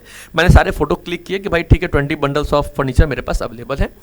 एनीबडी, जो बंदा उसमें इन्वॉल्व है, जिसको इंटरेस्टेड है, वो दे मैं कॉन्टैक्ट, हमसे कॉन्टैक्ट कर ले, मैं उसको सेल कर दूंगा इतने इतने रुपए का। तो मार्केट से नई चीज परचेस करने जाओगे महंगी पड़ेगी, चीजें सस्ते दामों परचेस कर लिया, जिसको रिक्वायरमेंट है, जो पोटेंशियल बायर्स हैं, जो उनका काम हो सकता है, तो वो चल जाएंगे यूज प्रोडक्ट की तरफ में। अब जिस बंदे को अपनी कोचिंग चलानी होगी या इंस्टीट्यूशन डेवलप करना होगा, तो उन्हें तो उस फर्नीचर की रिक्वायरमेंट होगी, तो वो क्या करेंगे, पर्टिकुलर चीज को यूज कर लेंगे हमसे कॉन्टेक्ट करके। वो क्या हो गया, तो जब कस्टमर सेल करने वाला भी हो और दूसरा कस्टमर बायर हो, तो जब बायर और सेलर दोनों एक ही कस्टमर होते हैं, अलग अलग कस्टमर होते हैं, उन्हें कहा जाता है C2C ट्रांजेक्शन। क्या कहते हैं, C2C customer. E commerce technology बच्चा प्रोवाइड करता है मार्केट सिस्टम सिक्योरिटीज को, जो such transaction which would otherwise to missing by missing if buyers and sellers interact in the anonymity of 1-to-1 transaction, जहां पे एक से एक ट्रांजेक्शन ऑलरेडी क्या होगा, वहां पे डेवलप होगा, क्लियर होगा। ये पूरा का पूरा बिजनेस का सेटअप कहलाता है। तो यहाँ भाई कौन हो गया सर, यहाँ पे हमारे पास आ जाते हैं सर कस्टमर से हमारे पास जो हो जाएंगे वो हम आ जाएंगे कस्टमर हो जाएंगे। बेसिकली इसमें हम लोग खाली किसके बारे में बात करते हैं बच्चा, तो इसमें हम लोग जो बात करते हैं वो बात करते हैं सर यूज्ड प्रोडक्ट्स के बारे में। किसके बारे में, जो प्रोडक्ट हमारे पास जो यूज्ड होते हैं उनके बारे में बात की जा रही है।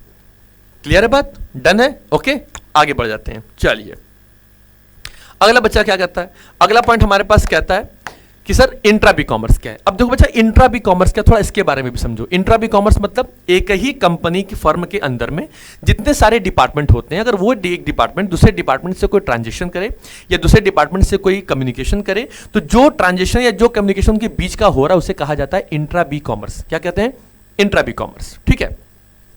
This interaction and dealing among various departments and persons within the firm is known as a intra B-commerce। उसे क्या कहते हैं, उसे इंट्रा बी कॉमर्स कहते हैं, है ना।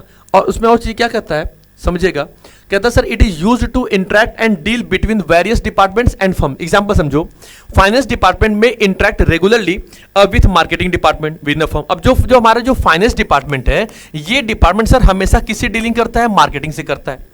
इंट्रा बी कॉमर्स ट्रांजेक्शंस क्या हो रहे हैं, जो कंडक्टेड किया जा रहा है कि for inventory and cash management की रिपोर्टिंग बाय सब ऑर्डिनेट्स टू सुपीरियर्स, ठीक है, human resource management, recruitment and selection, for training development. तो जब ये सारी चीजें जो एक ही कंपनी के अंदर में एक ही छत के नीचे जब वो सारी समस्या का समाधान किया जाएगा, वो क्या कहलाएगा भैया, तो वो कहलाएगा सर हमारे कंपनी का इंट्रा बी कॉमर्स। क्या कहलाएगा, इंट्रा बी कॉमर्स। क्लियर होगी बात। तो जब वेरियस डिपार्टमेंट्स एक ही छत के नीचे एक ही फर्म के अंदर में जब एक दूसरे से कम्युनिकेट करते हो, बातें करते हो, बोलते हो, वो क्या कहलाएगा, इंट्रा बी कॉमर्स कहलाएगा। Is it clear. तो आगे बढ़ा जाए फिर, चलिए बच्चा। तो ऑलरेडी बच्चा हमने इसके बारे में पढ़ लिया हुआ, पहले समझ लिए, जान लिए कि क्या हो गया है, डीलिंग पहले कर ली थी। अब इसका बस कुछ थ्योरेटिकल पोर्शन बचा हुआ था, वो हमने आपको बता दिया। अब आगे बढ़ते हैं, ठीक है। क्या कहता है भाई, अब आ जाओ। तो बच्चा ई कॉमर्स क्या होता है, आप समझिएगा। ई कॉमर्स में सर बस केवल बाइंग एंड सेलिंग एक्टिविटीज आती हैं। ई कॉमर्स खाली ई बिजनेस ही नहीं। आप कहें सर कॉमर्स बड़ा कि बिजनेस बड़ा, जब आप पढ़ाई करने आते हैं, जब अपना आप कोई एक चुनते हैं ना, जैसे जस्ट लाइक ऐसा आप ये चुन रहे हैं कि स्ट्रीम चॉइस कर रहे हैं क्लास 10th के बाद, जो सीबीएसई बोर्ड के, सर कॉमर्स में जाएं या साइंस में जाएं, तो आप सोचोगे सर कॉमर्स लिया। अब कॉमर्स के अंदर में आपको 3 सब्जेक्ट पढ़ने पड़ रहे हैं, अकाउंटेंसी, बिजनेस एंड इकोनॉमिक्स। तो आपको लग रहा है सर कॉमर्स बड़ा होगा तो बिजनेस छोटा सब्जेक्ट है, लेकिन बच्चा क्या होता है, बिजनेस ब्रॉडर होता है, कॉमर्स उसका एक छोटा सा इंटीग्रल पार्ट होता है। पार्ट का सेंस मतलब सर ई कॉमर्स में बस केवल बाइंग एंड सेलिंग एक्टिविटीज आती है। कौन सेलिंग एक्टिविटी आती है बच्चा, बस केवल बाइंग एंड सेलिंग एक्टिविटीज आती है, बस केवल बाइंग एंड सेलिंग एक्टिविटीज। जितना ज्यादा बाई हो जाए, जितना ज्यादा सेल हो जाए, ठीक ठीक है, इसमें बस कुल बाइंग एंड सेलिंग एक्टिविटीज से रिलेटेड सारे रिकॉर्ड को मेंशन किया जाता है, कवर अप किया जाता है। क्या कहते हैं, ई कॉमर्स रेफर करता है to performing online commercial transactions and activities over the internet. जो किसके थ्रू पॉसिबल होगा, तो बच्चा वो याद रखिएगा, वो इंटरनेट के थ्रू पॉसिबल होगा। किसके थ्रू, इंटरनेट के थ्रू, जिसमें मेकिंग कुछ मॉनेटरी ट्रांजेक्शंस करते हैं, सेलिंग करते हैं, बाइंग प्रोडक्ट परचेस करते हैं ओवर द इंटरनेट के थ्रू। तो एप्लीकेशंस को एप्स कहते हैं, websites are required for E commerce. तो इसमें कुछ रिक्वायरमेंट होती है, जैसे आप देखेंगे आप इस्तेमाल किसका करते हो, जैसे सर आपने फोन पे का इस्तेमाल किया, ठीक है। अब ये तो भाई कुछ इस तरीके से पे दिखाते हैं, ठीक है। आपने दिखाया सर ऐसे तरीके से गूगल पे के बारे में बात कर ली, ठीक है। आप पेटीएम के बारे में बात कर ले रहे हो, सोचो आपके पास भीम यूपीआई एप्लीकेशन आपके पास आ जा रही है। ये सब क्या हो गए, एक तरीके से ओवरऑल देखा जाए तो एक तरीके से ई कॉमर्स के ट्रांजेक्शन प्लेटफॉर्म्स हैं, जहां पे आप सोचो कि अगर एक कस्टमर है, अगर मान लीजिए यहां पे कोई कस्टमर है, कौन बच्चा, हमारे पास एक कस्टमर है जिसको अमेजॉन को कुछ पेमेंट करना होगा, तो वो इन चारों में से किसी न किसी एक के जरिए क्या करेगा, पेमेंट करेगा। अब या तो ये आपके पास ऑप्शन अवेलेबल होगा, या तो एक ऑप्शन अवेलेबल होगा सीओडी का, मतलब कैश ऑन डिलीवरी कर दो भैया। कैश ऑन डिलीवरी नहीं कर सकते हो भाई, तो ठीक है आप यूपीआई आईडी से आप पेमेंट कर दो, है ना। या तो सर आप जो नेट बैंकिंग आप इस्तेमाल करते हो आप इससे इस्तेमाल कर दो। ये पेमेंट करने के लिए सोचो इतने सारे एप्लीकेशन ऑलरेडी आपके पास अवेलेबल हैं। आपको कोई चीज फूड ऑर्डर करना होगा तो आप किसका हेल्प लेते हो, तो सर आप एज ए हेल्प ले लोगे सर जोमेटो के बारे में, ठीक है। आपको कोई चीज परचेस करनी है, आपने किसकी बात कर ली, एज अ मीशो के बारे में बात कर ली, आपने एज अमेजोन के बारे में बात कर ली। ये क्या ई कॉमर्स वाली एक्टिविटीज है, जहां पे केवल बाइंग और सेलिंग एक्टिविटीज करने के लिए आपके पास कुछ प्लेटफॉर्म्स अवेलेबल हैं। तो वो क्या कहलाएगा, तो वो आपका जो ट्रांजेक्शन कहलाएगा वो आपका ई कॉमर्स कहलाएगा। ई कॉमर्स में बच्चा रखिएगा केवल एक चीजें, बस केवल बाइंग और सेलिंग वाली एक्टिविटीज को ही बस कुल ऑब्जर्व किया जाता है। ये छोटा कॉन्सेप्ट होता है बिजनेस के थ्रू।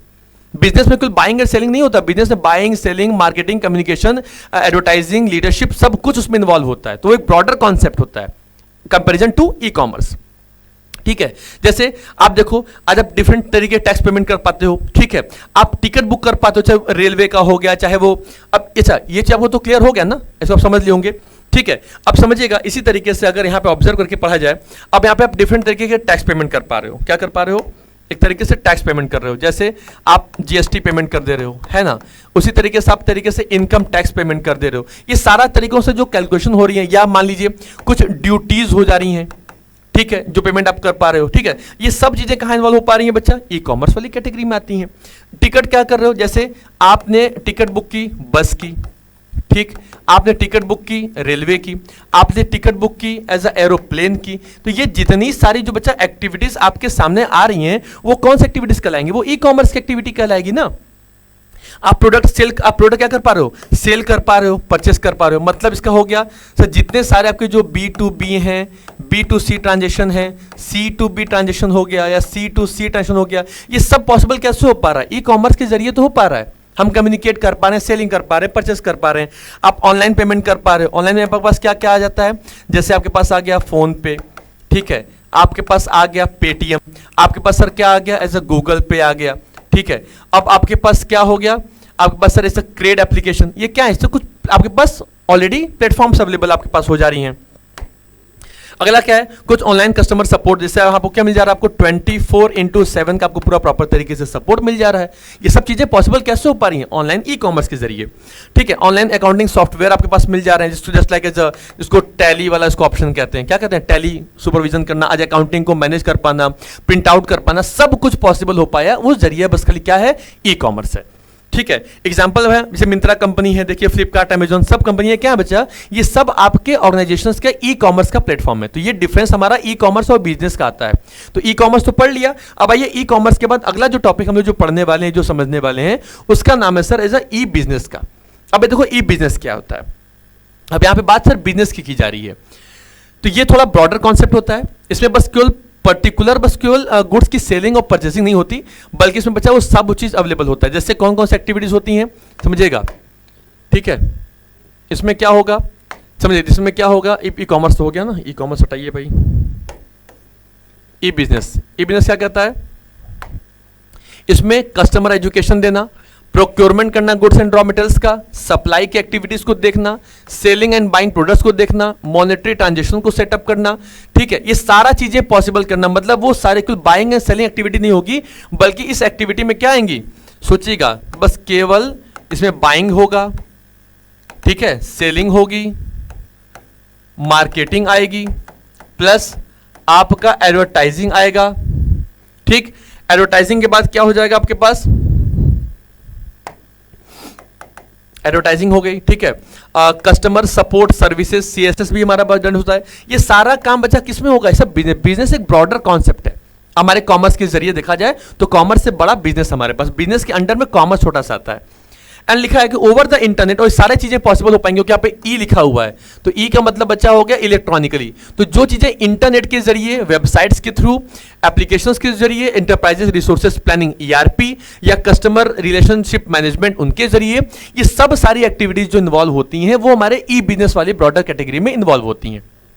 जैसे सप्लाई चेन देना, सेटिंग अप करना ऑनलाइन स्टोर्स के बारे में, कस्टमर को एजुकेट करना, ईमेल की मार्केटिंग करना, मॉनेटरी बिजनेस ट्रांजेक्शंस को सेटअप करना, है ना, ऑनलाइन कॉमर्शियल कुछ ट्रांजेक्शंस हमारे पास अवेलेबल, जैसे सेलिंग एंड बाइंग प्रोडक्ट्स को सेल करना, ये सब कुछ पॉसिबल है। मतलब जहां पे different internal business activities, hardware developer हो गए, सॉफ्टवेयर डेवलपर हो गए आपके पास, ठीक है, ऑक्शन साइट हो गई, भाई कोई नीलामी करनी है किसी दुकान की, मकान की, जगह की, ठीक है, क्लासिफाइड साइट्स होती हैं। तो ये बच्चा ये सब कुछ अवेलेबल हमारे, जो ट्रांजेक्शन करने में आपकी हेल्प करे ई कॉमर्स, जो आपको प्लेटफॉर्म अवेलेबल करा दे वो ई बिजनेस हो जाएगा।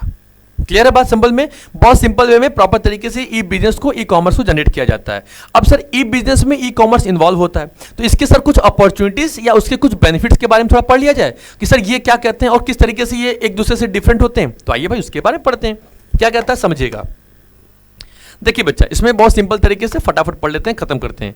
ग्लोबल रीच मतलब आप जब अपने आप को, अपने बिजनेस को आप जब ऑफलाइन से, कहां पे, अपने बिजनेस के ऑफलाइन से लेकर के आपने अपने आप को ऑनलाइन में सेटअप करके रखा हुआ है बच्चा, तो वो क्या कहला गया, तो वो कहला गया सर कि इसमें आपकी जो रीच हो गई वो ग्लोबल हो गई। मतलब आप सीधे लोकल वाली वैल्यू से पहुंचे, आप किस जगह पहुंच गए, ग्लोबल रीच पे आ गए। अब आपको बस केवल लोकल मतलब खाली बस कुल सिटी में नहीं जाना जाता, अब सर आपको प्रॉपर तरीके से पूरे स्टेट में जाना जाएगा, आपको पूरे तरीके से सेंट्रल लेवल पे जाना जाएगा। अब आपकी डिमांड सर यहां पे आएगी, और कभी अभी तो आप यहां पे बस एक तरीके से नेशनल लेवल पे है ना। अब जिस तरीके से आपकी जो डिमांड बढ़ेगी, इंक्रीज होगी, आपके प्रोडक्ट लोगों को अच्छे लेंगे, कस्टमर आएंगे, फॉरेनर्स भी कभी आप क्या करके कस्टमर बनेंगे, तो अब आपकी जो डिमांड होगी सर वो क्या होगा, वो हो जाएगा इंटरनेशनल लेवल पे भी आपकी डिमांड निकल करके आएगी। तो अब सोचो कि ई बिजनेस करने के बेनिफिट्स क्या है कि सब ब्रेक्स डाउन ज्योग्राफिकल बैरियर्स। जो ज्योग्राफिकल बैरियर्स होते हैं, एक कंट्री दूसरी कंट्री के बीच में जाने वाले जो पॉइंट्स होते हैं, उनको तोड़ करके आगे बढ़ती है और अलाउ करती है क्या चीज, कि company to sell a world wide audience. अब आप केवल अपने लोकल ऑडियंस को अट्रैक्ट नहीं करेंगे, बल्कि वर्ल्ड वाइड लेवल पे ऑडियंस को अट्रैक्ट करेंगे। बिहार का बना हुआ बाटी चोखा, समझ रहे हैं, अमेरिका में फेमस है बस, वहां के कभी बंदा यहां आया और उसने जाके उस बिजनेस को वहां पे प्रॉपर तरीके से सेटअप कर लिया, समझ रहे हो। हमारे आगरा के पेठे वर्ल्ड वाइड लेवल पे लोग मंगाते हैं, लोग खाते पीते हैं। बनारस की साड़ियां, अब सोचो हमारे जो गारमेंट्स हैं, जो हमारे जो ये जो साड़ियां हो गई, क्लॉथ्स, जो कपड़े हो गए बच्चों, ये बस केवल हमारे एक ग्लोबल लेवल मतलब नेशनल लेवल तक ही सीमित नहीं है, सिटी लेवल तक नहीं है, उस गली मोहल्ले तक ही नहीं है, बल्कि हमारी लिमिटेशन क्या हो गई है, अनलिमिटेड एरिया में अब हमें ग्लोबल ऑडियंस मिलेंगे, प्रॉपर तरीके मिलेंगे। कोचिंग के ऑफलाइन में पढ़ा रहे थे तो 300-200 बच्चों को पढ़ाने का मौका मिलता था, ऑनलाइन प्लेटफॉर्म मिलाएंगे तो आज हमारे पास लाखों करोड़ों बच्चे आके पढ़ेंगे, और ये जरूर होंगे, करना होगा। तो हमारी जो रीच होगी वो क्या होगी, ग्लोबल प्लेटफॉर्म पहुंचे ना। तो ये पॉसिबल किससे हो पाता है, तो बच्चा ये पॉसिबल हो पाता है हमारे ई बिजनेस के जरिए। अच्छा, मजे की बात क्या है, ऑफलाइन बिजनेस को परचेस करने के लिए अब आपको रेंट देना पड़ेगा, जगह देखनी पड़ेगी, कस्टमर अवेयरनेस देखना पड़ेगा, आसपास का प्राइमरी लोकेशन देखना पड़ेगा, इन्वायरमेंट देखना पड़ेगा, उसके हिसाब से सेटअप करोगे। ऑनलाइन बिजनेस में इतना खर्चा होता ही नहीं है, घर से ही बैठे बैठे आप अपना छोटा सा एक गेस्ट रूम में सब चीजों को स्टोर कर लो, प्रोडक्ट कर लो, छोटा सा अपना एक वेबसाइट पर नाम बना लो, अमेजॉन फ्लिपकार्ट जैसी कंपनियों से टाई अप कर लो, फूड बिजनेस है तो जोमेटो स्विगी जैसे कंपनियों से डायरेक्टली टाइप कर लो, उनके पास ऑर्डर आएंगे, उनके एप्लीकेशन पे आपको बस खाली गुड्स बनाना होगा, बस फटाक से सेटअप करके देना होगा, समझ चली गई। तो लोअर कॉस्ट में ई बिजनेस जो होता है वो आपको मॉडर्न और टेक्नोलॉजी जो पहले बिजनेस जो ट्रेडिशनल बिजनेस था उससे बहुत ज्यादा हेल्प कर दे रहा है ना। 24/7 आपको सर्विसेज मिल जा रही हैं, आप अपने प्रोडक्ट को रिटर्न कर सकते हो, तो ये बहुत सारी चीजें आपके लिए प्रॉफिट वे में आ रही हैं। तो ग्लोबल रीच के संग संग में आपको क्या हो गया कि लोअर कॉस्ट में आपको चीजें अवेलेबल हो जा रही हैं। अगला क्या है, 24/7 ऑपरेशंस बच्चा मिल पा रहा है, और ये पॉसिबिलिटी है कि ऑनलाइन स्टोर्स हैं वो ऑपरेट कंटिन्यूसली करते हैं, allowing for sales at any time. आप कभी भी करिए, आप रात को 2 बजे आपके मन में आया कुर्ता पैजामा ले लेते हैं, आपने फटाक से ऑर्डर सर्च किया, अमेजोन को ऑर्डर दे दिया, वो बंदा आपको डिलीवरी दे देगा, 24/7 आपको कन्वीनियंस फ्री दे रहा है। ये सब चीजें अवेलेबल हो पाई हैं किसके जरिए, वो जरिए पॉसिबल हो पाया बॉस आपके ई बिजनेस के जरिए, है ना, ये चाहे डे हो नाइट हो इंक्लूडिंग हॉलिडेज कभी भी हो, हम लोग भाई तो अब सोचो अब दिवाली है, त्योहार है, कुछ है, तो उन सब चीज़ों पे क्या ऑर्डर होता है कि हम लोग उसको प्रोडक्ट परचेस नहीं कर पाते। भाई आज ठीक है होली है, फंक्शन है, तो ये है, तो दुकान नहीं खुली हुई है। लेकिन ऑनलाइन में ऐसा नहीं होता। ऑनलाइन में तो आप जब भी ट्राई करेंगे, जब भी आप देखेंगे, तो हर समय हर जगह पे क्या है अवेलेबल आपके पास बिजनेस, है ना। अगला पॉइंट क्या करता है, अगला बच्चा करता है, इसमें क्या होती है देखिएगा, आपकी एफिशिएंसी इंक्रीज हो रही है। क्या हो रही है कि automation of process like inventory management हो पा रहा है, हम ऑर्डर प्रोसेस कर पा रहे हैं, कस्टमर सर्विसेज दे पा रहे हैं, ये सब चीजें हमारी एफिशिएंसी इंक्रीज कर पा रही है। हम कस्टमर से प्रॉपर तरीके से बच्चा यहाँ पे फीडबैक भी ले पा रहे हैं। क्या ले पा रहे हैं, एक तरीके से यहाँ पे फीडबैक भी ले पा रहे हैं कस्टमर से। कस्टमर हमको फीडबैक भी दे सकता है, ठीक है। फीडबैक के जरिए हमको जैसे लगे रेटिंग हमको दे दिया है ना, उसमें स्टार्स जरिए हमको पता लग जाते हैं। तो ये चीजें देखने में बड़ी आसानी हो जाती है। आज हमको किसी दूसरे शहर में घूमने जाना है, किसी दूसरे सिटी में घूमने जाना है, कि दूसरे इंटरनेशनल लेवल पे जाना है, तो आज हम ऑनलाइन बैठे बैठे नेशनल इंटरनेशनल होटल्स बुक कर सकते हैं। सोचो कितना इजी वे हो चुका है। आप घर बैठे हुए हो और नॉर्मल तरीके से बस आपको किसी चीज की कोई कमी नहीं है, बस खाना पीना हुआ तो जोमेटो स्विगी है, कहीं जाना हो तो ओला कैब उबर कैब हो गया, ठीक है। कोई चीज मंगानी हो, क्लोथ कपड़ा मंगाना हो तो आप अमेजन फ्लिपकार्ट जैसे कंपनियों से मंगा सकते हैं। तो सर ये आपके कंपनी के लिए और आपके दोनों के लिए बेनिफिशियल है, और बोथ फॉर प्रॉफिट्स हैं। किसके लिए, बिजनेसमैन के लिए भी प्रॉफिट है और आपके लिए भी प्रॉफिट है। डाटा ड्रिवन इनसाइट्स होती हैं, इसमें क्या होता है कि अब क्या होता है, वो आपके आइडियाज को, आपके वैल्यूज को कलेक्ट करता है, डाटा कलेक्ट करता है, वॉट्स अमाउंट पे भी करता है, एंड अंडरस्टैंड करता है कि कस्टमर एक दूसरे को प्रॉपर तरीके से क्या कर सकें, ऑपरेट कर सकें, मैनेज कर सकें, कंट्रोल कर सकें। और ये सब चीजें पॉसिबल तब हो पाती हैं बच्चा कि जब आपके जो कस्टमर बिहेवियर को डेवलप करना, आइडेंटिफाई करना मार्केट ट्रेंड्स को, और ये बहुत हेल्प मिलती है किसके लिए, बिजनेसमैन के लिए। भाई किसी कस्टमर की क्या तलाश है, ठीक है, किसी कस्टमर को क्या चाहिए, ये चीजें पता कैसे लेंगे, ये बिजनेस के जरिए तो पॉसिबल हो पाएगा, है ना। तो कस्टमर के चाहे वो आप ट्रेंड्स के बारे में बात कर लो, या उसके आप टेस्ट के बारे में बात कर लो, है ना, या आप उसके इंटरेस्ट के बारे में बात कर लो, तो इसके हिसाब से गुड्स को मैन्युफैक्चर करने में, बनाने में इजी होता है। और ये पॉसिबल बच्चा तब हो पाता है जब आपके पास क्या होता है, आपके पास होती है ई बिजनेस होती है। एंड अगला पॉइंट क्या करता है सर, टारगेटेड मार्केटिंग। भाई मुझे किस जगह पे कितना एडवर्टाइज करना है, किस जगह पे मेरी सेलिंग ज्यादा इंक्रीज हो रही है, किस जगह मेरी सेलिंग बहुत कम हो रही है, तो जिस जगह पे सेलिंग कम हो रही है वहां मुझे थोड़ा और एडवर्टाइजिंग करना पड़ेगा और मार्केटिंग करना पड़ेगा। किस जगह से मुझे बहुत ज्यादा हमारे कंपनी में ट्रांजेक्शन रिकॉर्ड्स आ रहे, मतलब हमारे पास सप्लाई डिमांड आ रही है, ठीक है, और किस एरिया में डिमांड हमारा बिल्कुल नहीं आ रहा, तो वहां पे मेरी क्या कमी है, वहां पे हमारे प्रोडक्शन नहीं पहुंच पा रहे हैं। अब सोचो छोटे छोटे रोजमर्रा वाले जो सामान होते हैं ना, ब्लिंकिट कंपनियां हो गई, ग्रोसरी एप्लीकेशंस कई सारे हो गए हैं, वो सब आपके घरों पे लाकर पहुंचा दे रहे हैं। इंस्टामार्ट हो गया, ठीक है ना, पिन कोड हो गई, ये छोटी छोटी कंपनियां, आप इनको ऑर्डर करिए, आलू टमाटर प्याज लहसुन सब कुछ वो आपको ला करके थमा दे रहे हैं। छोटा 10 बैटरी मंगानी है, ऑर्डर कर दिया, ब्लिंकिट वाला बंदा आया, 2 मिनट आपको लेके चला गया। सोचो कितना एक इजी वे हो चुका है, पूरे हमारा जो बिजनेस है, मॉडर्न बिजनेस कितना डेवलप हो चुका है पहले के बिजनेस से। पहले चीजों को परचेस करने हम दुकानों पे जाते थे, आज क्या है सर, मेडिकैप आपको एप्लीकेशन अवेलेबल है, मेडिकल स्टोर के एप्लीकेशन, आपको दुकानों पर भी नहीं जाना, बस मेडिकल वाले को पुर्जा भेज दीजिए, वो पुर्जा पड़ेगा, उसके गुड की डिलीवरी आपको 2 घंटे में, 1 घंटे में, 3 घंटे में उसका बंदा आएगा और आपको लाके डिलीवर करके देके चला जाएगा। सोचो कितना बढ़िया ऑप्शन है, ये पॉसिबिलिटीज है कि नहीं है, ये अवेलेबिलिटी बन चुकी ना, कैसे बनी है, तो ये बन पाई है बच्चा ई बिजनेस के जरिए, ई कॉमर्स के जरिए, जो हम लोग आसपास एक्टिविटीज को देख रहे हैं, समझ रहे हैं।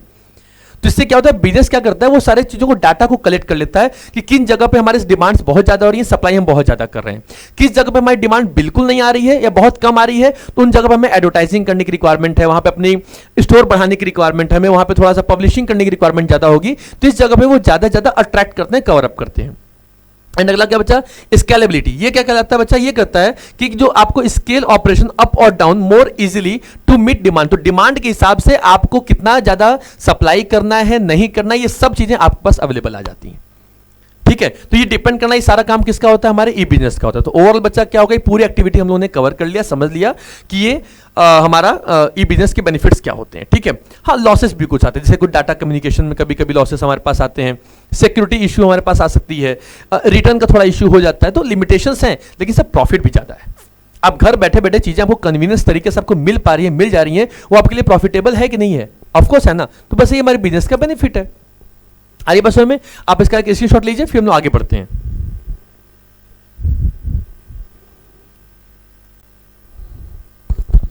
चलिए बच्चों, तो फिर अब आगे बढ़ते हैं, सब ले लिया वीडियो, तो अब इसका स्क्रीनशॉट। आइए लास्ट पॉइंट इस चैप्टर का कवर करते हैं और क्या क्या समझेगा। ई बिजनेस और ट्रेडिशनल बिजनेस में हमारे पास डिफरेंसेस क्या है, ई बिजनेस और ट्रेडिशनल बिजनेस में क्या क्या डिफरेंस है, समझ लीजिएगा। छोटा सा बिजनेस सर, ई बिजनेस की जो अंडरस्टैंडिंग होती है, ठीक है, वो क्या होती है सर, एक्टिविटी, इसमें इंटरनेट का यूज होता है, लेकिन सर इसमें फिजिकल फॉर्म में चीजें होती है। मतलब वहां पे कस्टमर जाएगा, कस्टमर गुड्स को परचेस करेगा, पैसा देगा, पैसा लेकर के प्रोडक्ट लेकर के आएगा। लेकिन इंटरनेट वाली फैसिलिटीज में क्या होती है ई बिजनेस में, यहाँ पे आप इंटरनेट का इस्तेमाल करते हैं, जहां पे आप एक तरीके से चाहे मोबाइल फोन का बात हो, चाहे आप कंप्यूटर की बात हो, है ना, इन चीजों के थ्रू आप अपने बिजनेस को डेवलप करते हैं, आगे बढ़ाते हैं। अगला क्या कहता है बच्चा कि जो ई बिजनेस है उसको फॉर्म कर पाना बहुत ज़्यादा इजी हो जाता है, लेकिन जो ट्रेडिशनल बिजनेस होते हैं वो थोड़ा सा लेंदी प्रोसेस होता है, कॉम्प्लिकेटेड कई सारे प्रोसीजर फॉर्म्स होते हैं, जैसे हमारे पास रेंट एग्रीमेंट हो गया, है ना, कई सारे लॉ को माना जाता है इसमें, तो बहुत सारे इसमें कई अदर तरीके से फॉर्म्स उसमें डेवलप किया जाता है, कवरअप किया जाता है, ये चीज़ें इसके अंदर हमारे पास आ जाती हैं। हमारे जो ई बिजनेस में उसमें सर एक तरीके से एक नॉमिनल कॉस्ट को जनरेट किया जाता है। नॉमिनल कॉस्ट मतलब बहुत कम पैसा खर्चा होता है, तो there is no need to purchase और लीज प्लेस। यहाँ पे कोई बिजनेस के लिए आपको कोई लीज नहीं लेना पड़ेगा, कोई जगह, जमीन, बिल्डिंग, इंस्ट्रूमेंट, आपको ये सब चीजें नहीं लेनी पड़ेंगी, ठीक है, और कोई फर्नीचर नहीं लेना पड़ेगा। बस प्रॉपर तरीके से खाली क्या है कि आपको बस सेटअप खाली करना, अपने घरों में आप सेटअप कर सकते हैं, बस अपने आप को ऑनलाइन सेटअप कर लीजिए वेबसाइट्स पे, चाहे वो अमेजोन से आप टाई अप कर लीजिए, फ्लिपकार्ट से कर लीजिए, हाँ फूडिंग बिजनेस है, फूड सप्लाई करते हो आप, जोमेटो स्विगी के पास अपने आप को इनरोल कर लीजिए, वो चीजें इसमें आ जाएंगी। इसमें क्या होता है बच्चा, इसमें एक तरीके से ह्यूज कैपिटल की इन्वेस्टमेंट होती है, किसकी, इसमें जो पैसा लगता है वो ह्यूज कैपिटल, ज्यादा पैसा लगता है। तो there is need to purchase और lease place for business, furniture and other things. तो इसमें आपको बिजनेस परचेस करने के लिए, फर्नीचर परचेस करने के लिए या अदर थिंग्स को परचेस करने में आपको पैसा लगाना पड़ेगा, आपको थोड़ा सा उसमें अमाउंट ज्यादा लगाना पड़ेगा, वो चीज कहलाता है। अगला क्या कहता है पता है, ई बिजनेस में एक तरीके से ये इंटायर वर्ल्ड को कवर करता है, मतलब आपको सीधे सीधे बस ये मान के चलिएगा कि लोकल से आपको ग्लोबल पे ऐड करता है, ठीक है। और ये जो होता है ये बच्चे लिमिटेड एक पर्टिकुलर एरिया में ही होता है, मतलब एक तरीके से या वो सिटी में हो जाएगा, या वो किसी स्टेट में हो पाएगा, या किसी प्रॉपर तरीके से किसी एक सिटी में, कंट्री में हो पाएगा। तो ये जो एक्टिविटी जो इन्वॉल्व होती है उसे ट्रेडिशनल बिजनेस, तो ट्रेडिशनल मतलब पुराना वाला फॉर्म जो अभी हम लोग आज से पहले किया करते थे, पढ़ते थे, समझते थे। आज की डेट में हम लोग पास जो ई बिजनेस आ चुका है वो बिल्कुल हो गया। पहले टिकट खरीदने के लिए यहां जाना पड़ता था, दुकानों के पास जाके, टिकट घर के बाहर जाके काउंटर खड़े होकर डॉक्यूमेंट देना पड़ता था, जब जाके टिकट बुक होती थी, अपने हिसाब से वो टिकट देते थे। यहाँ पे क्या, अपने मनपसंद की टिकट बुक करिए, अपने मनपसंद का बस ticket, aeroplane ticket, railway ticket, जो आपको अच्छा लगे आप वो सब कर सकते हैं। जो मन करे, अच्छा लगे, खाना पीना आपको, आप उसको कस्टमाइज करके आप मंगा सकते हो। इसमें पहले जो चीज बनी हुई है आपको वही खानी पड़ेगी।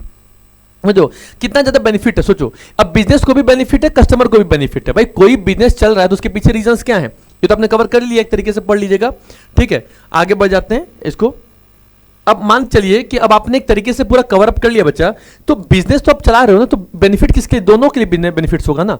अब जोमेटो, स्विगी जैसी जो कंपनियां होंगी वो भी क्या करेंगी, वो देखेंगे भाई किस जगह पे हमारी डिमांड सबसे ज्यादा आ रही है। अब बनारस का ही एरिया है, तो बनारस से किस एरिया में लोग ज्यादा डिमांड कर रहे हैं। तो सबसे पहली बात, ये जो फर्म में जो कंपनियां होती हैं, ई बिजनेस जो फर्म्स होती हैं, ये बस केवल एक तरीके से कंसल्टेंसी प्रोग्राम्स भी चलाती हैं। कंसल्टेंसी प्रोग्राम से मतलब बच्चा ये होता है कि अगर कोई बंदा अपना रेस्टोरेंट ओपन करना चाहता है, अपना कोई बंदा होटल सेटअप करना चाहता है, तो ये आपको आइडिया देगा कि भाई देखो बनारस की इस एरिया से ना इस प्रोडक्ट की डिमांड सबसे ज्यादा आती है, तो तुम अगर इस तरीके का बिजनेस यहां पे सेटअप करोगे तो तुम्हारा बिजनेस डेवलप करेगा।